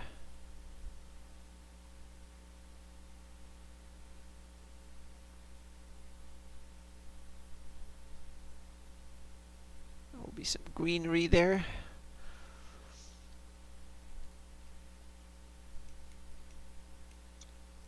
Then I have that bit here.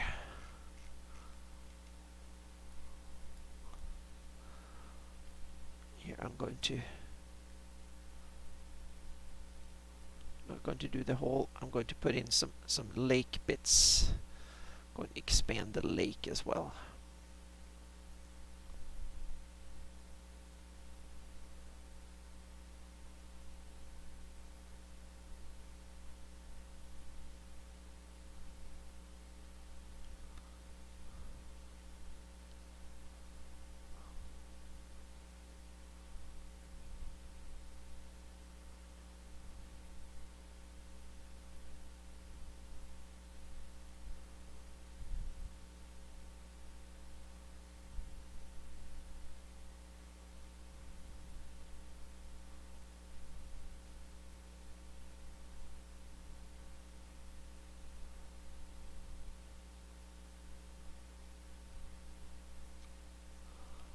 So,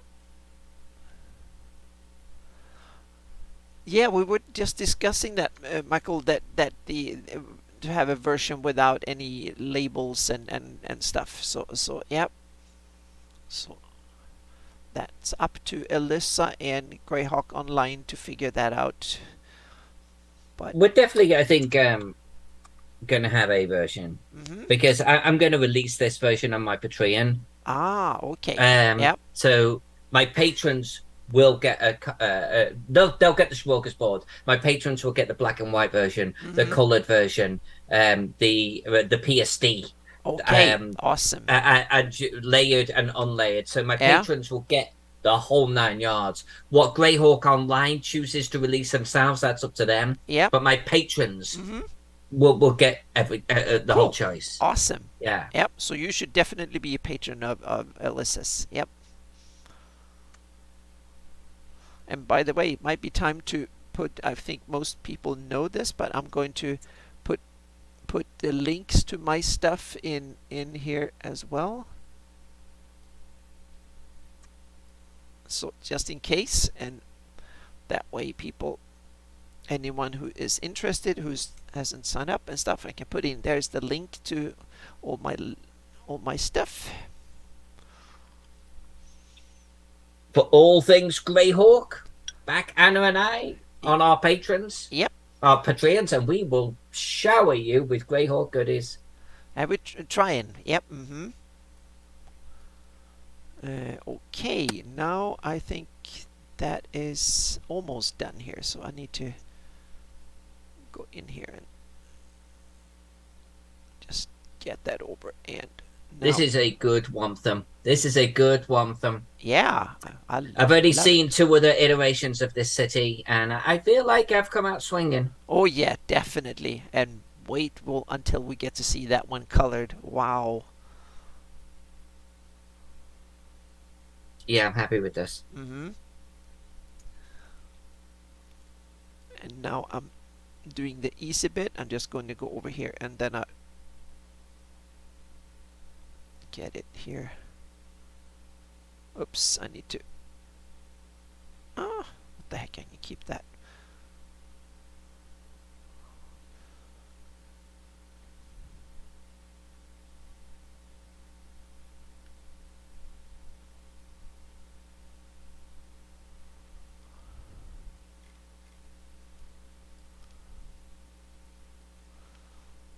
Now we're down to. I do want to draw some little boats. I do want to draw some little boats and ships. Of course. That's one thing I do want to do. Yeah. It's a river city, so it should, of course, have some boats and stuff.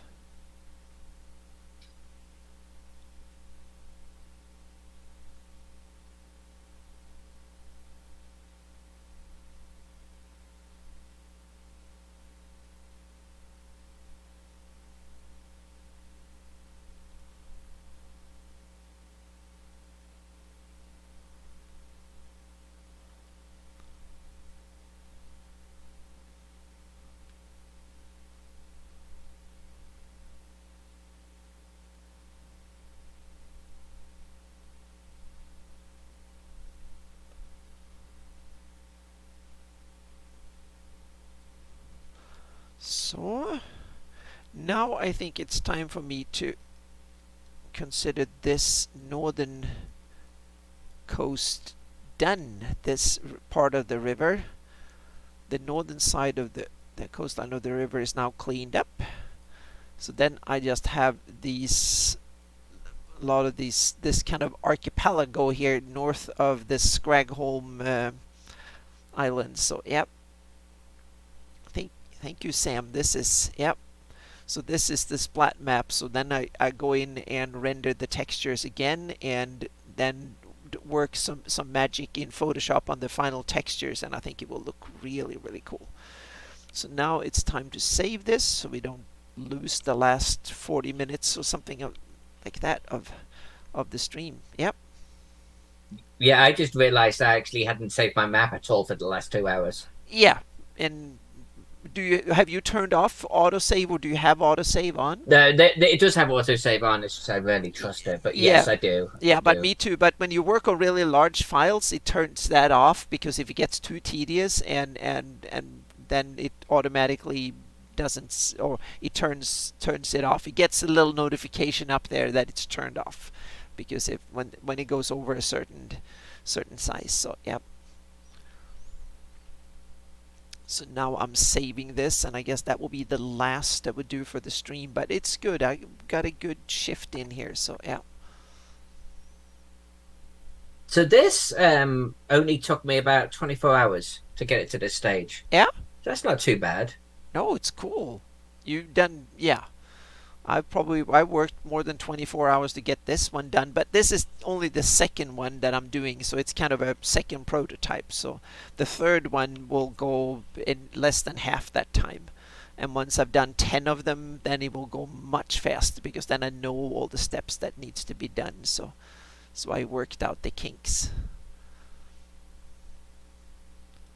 The first one took 100 hours or more, and the second one will take, so yeah. Yeah, my super detailed maps typically 60, 70, 80 hours for and then not my T goal, which is 200, 300, but yeah. I hit around 80 fairly typically. Yeah. I think 24 on ink is pretty good for me. Yeah. That's probably going to make this about a 50-hour map complete. That is fantastic work for 50 hours. That's amazing. Yeah. That's not too shabby. No, it's super, super cool. Yeah. I think we both did some great work tonight, Anna. Yeah, I think so. Yeah, I really. Yep. This is good. So I've upped my notch here, and I've got something that Jay likes. So now we can move in and consider the terrain for the Altamira is nailed down. So I'm going to start a render. I just have to both look at the thermometer and look at my calendar and see where I can run my computer for 2 days straight, and hope for the best, so to speak. I should not do that when the temperature looks to be 110 degrees. That's not the good idea. No. So I should wait until it gets down to, but this time of year I might have to wait too long, so I might just have to bite the bullet and do it. So I might do it but I'll probably wait until Monday to do it, I think. We'll see. Yeah. Well, a good night's work for both of us, I think. Yeah. Okay. So thank you everyone that stopped by and cheered on us and gave us all the wonderful comments and stuff. We all love you, and thank you so much for coming. And we'll do this next week, and we have the fantasy mapping show in. Next week? That's next week. Okay. Next week? Yep, that's next week. And then we have the special exactly Call of Cthulhu game the following week with Matt Ryan, the chief cartographer of Chaosium. Yep. So we will do some Cthulhu and stuff. So this mapping live show will not be until 3 weeks, but there will be other cool stuff. And there will be on Sunday there will be some sort of Gabby show. I forgot what the topic was, but that's something that I will be on and stuff. And there will be a Nerd Podcast radio show coming out later. We will record it tomorrow morning, and that I will be on talking world building and stuff. So thank you everyone, and see you soon.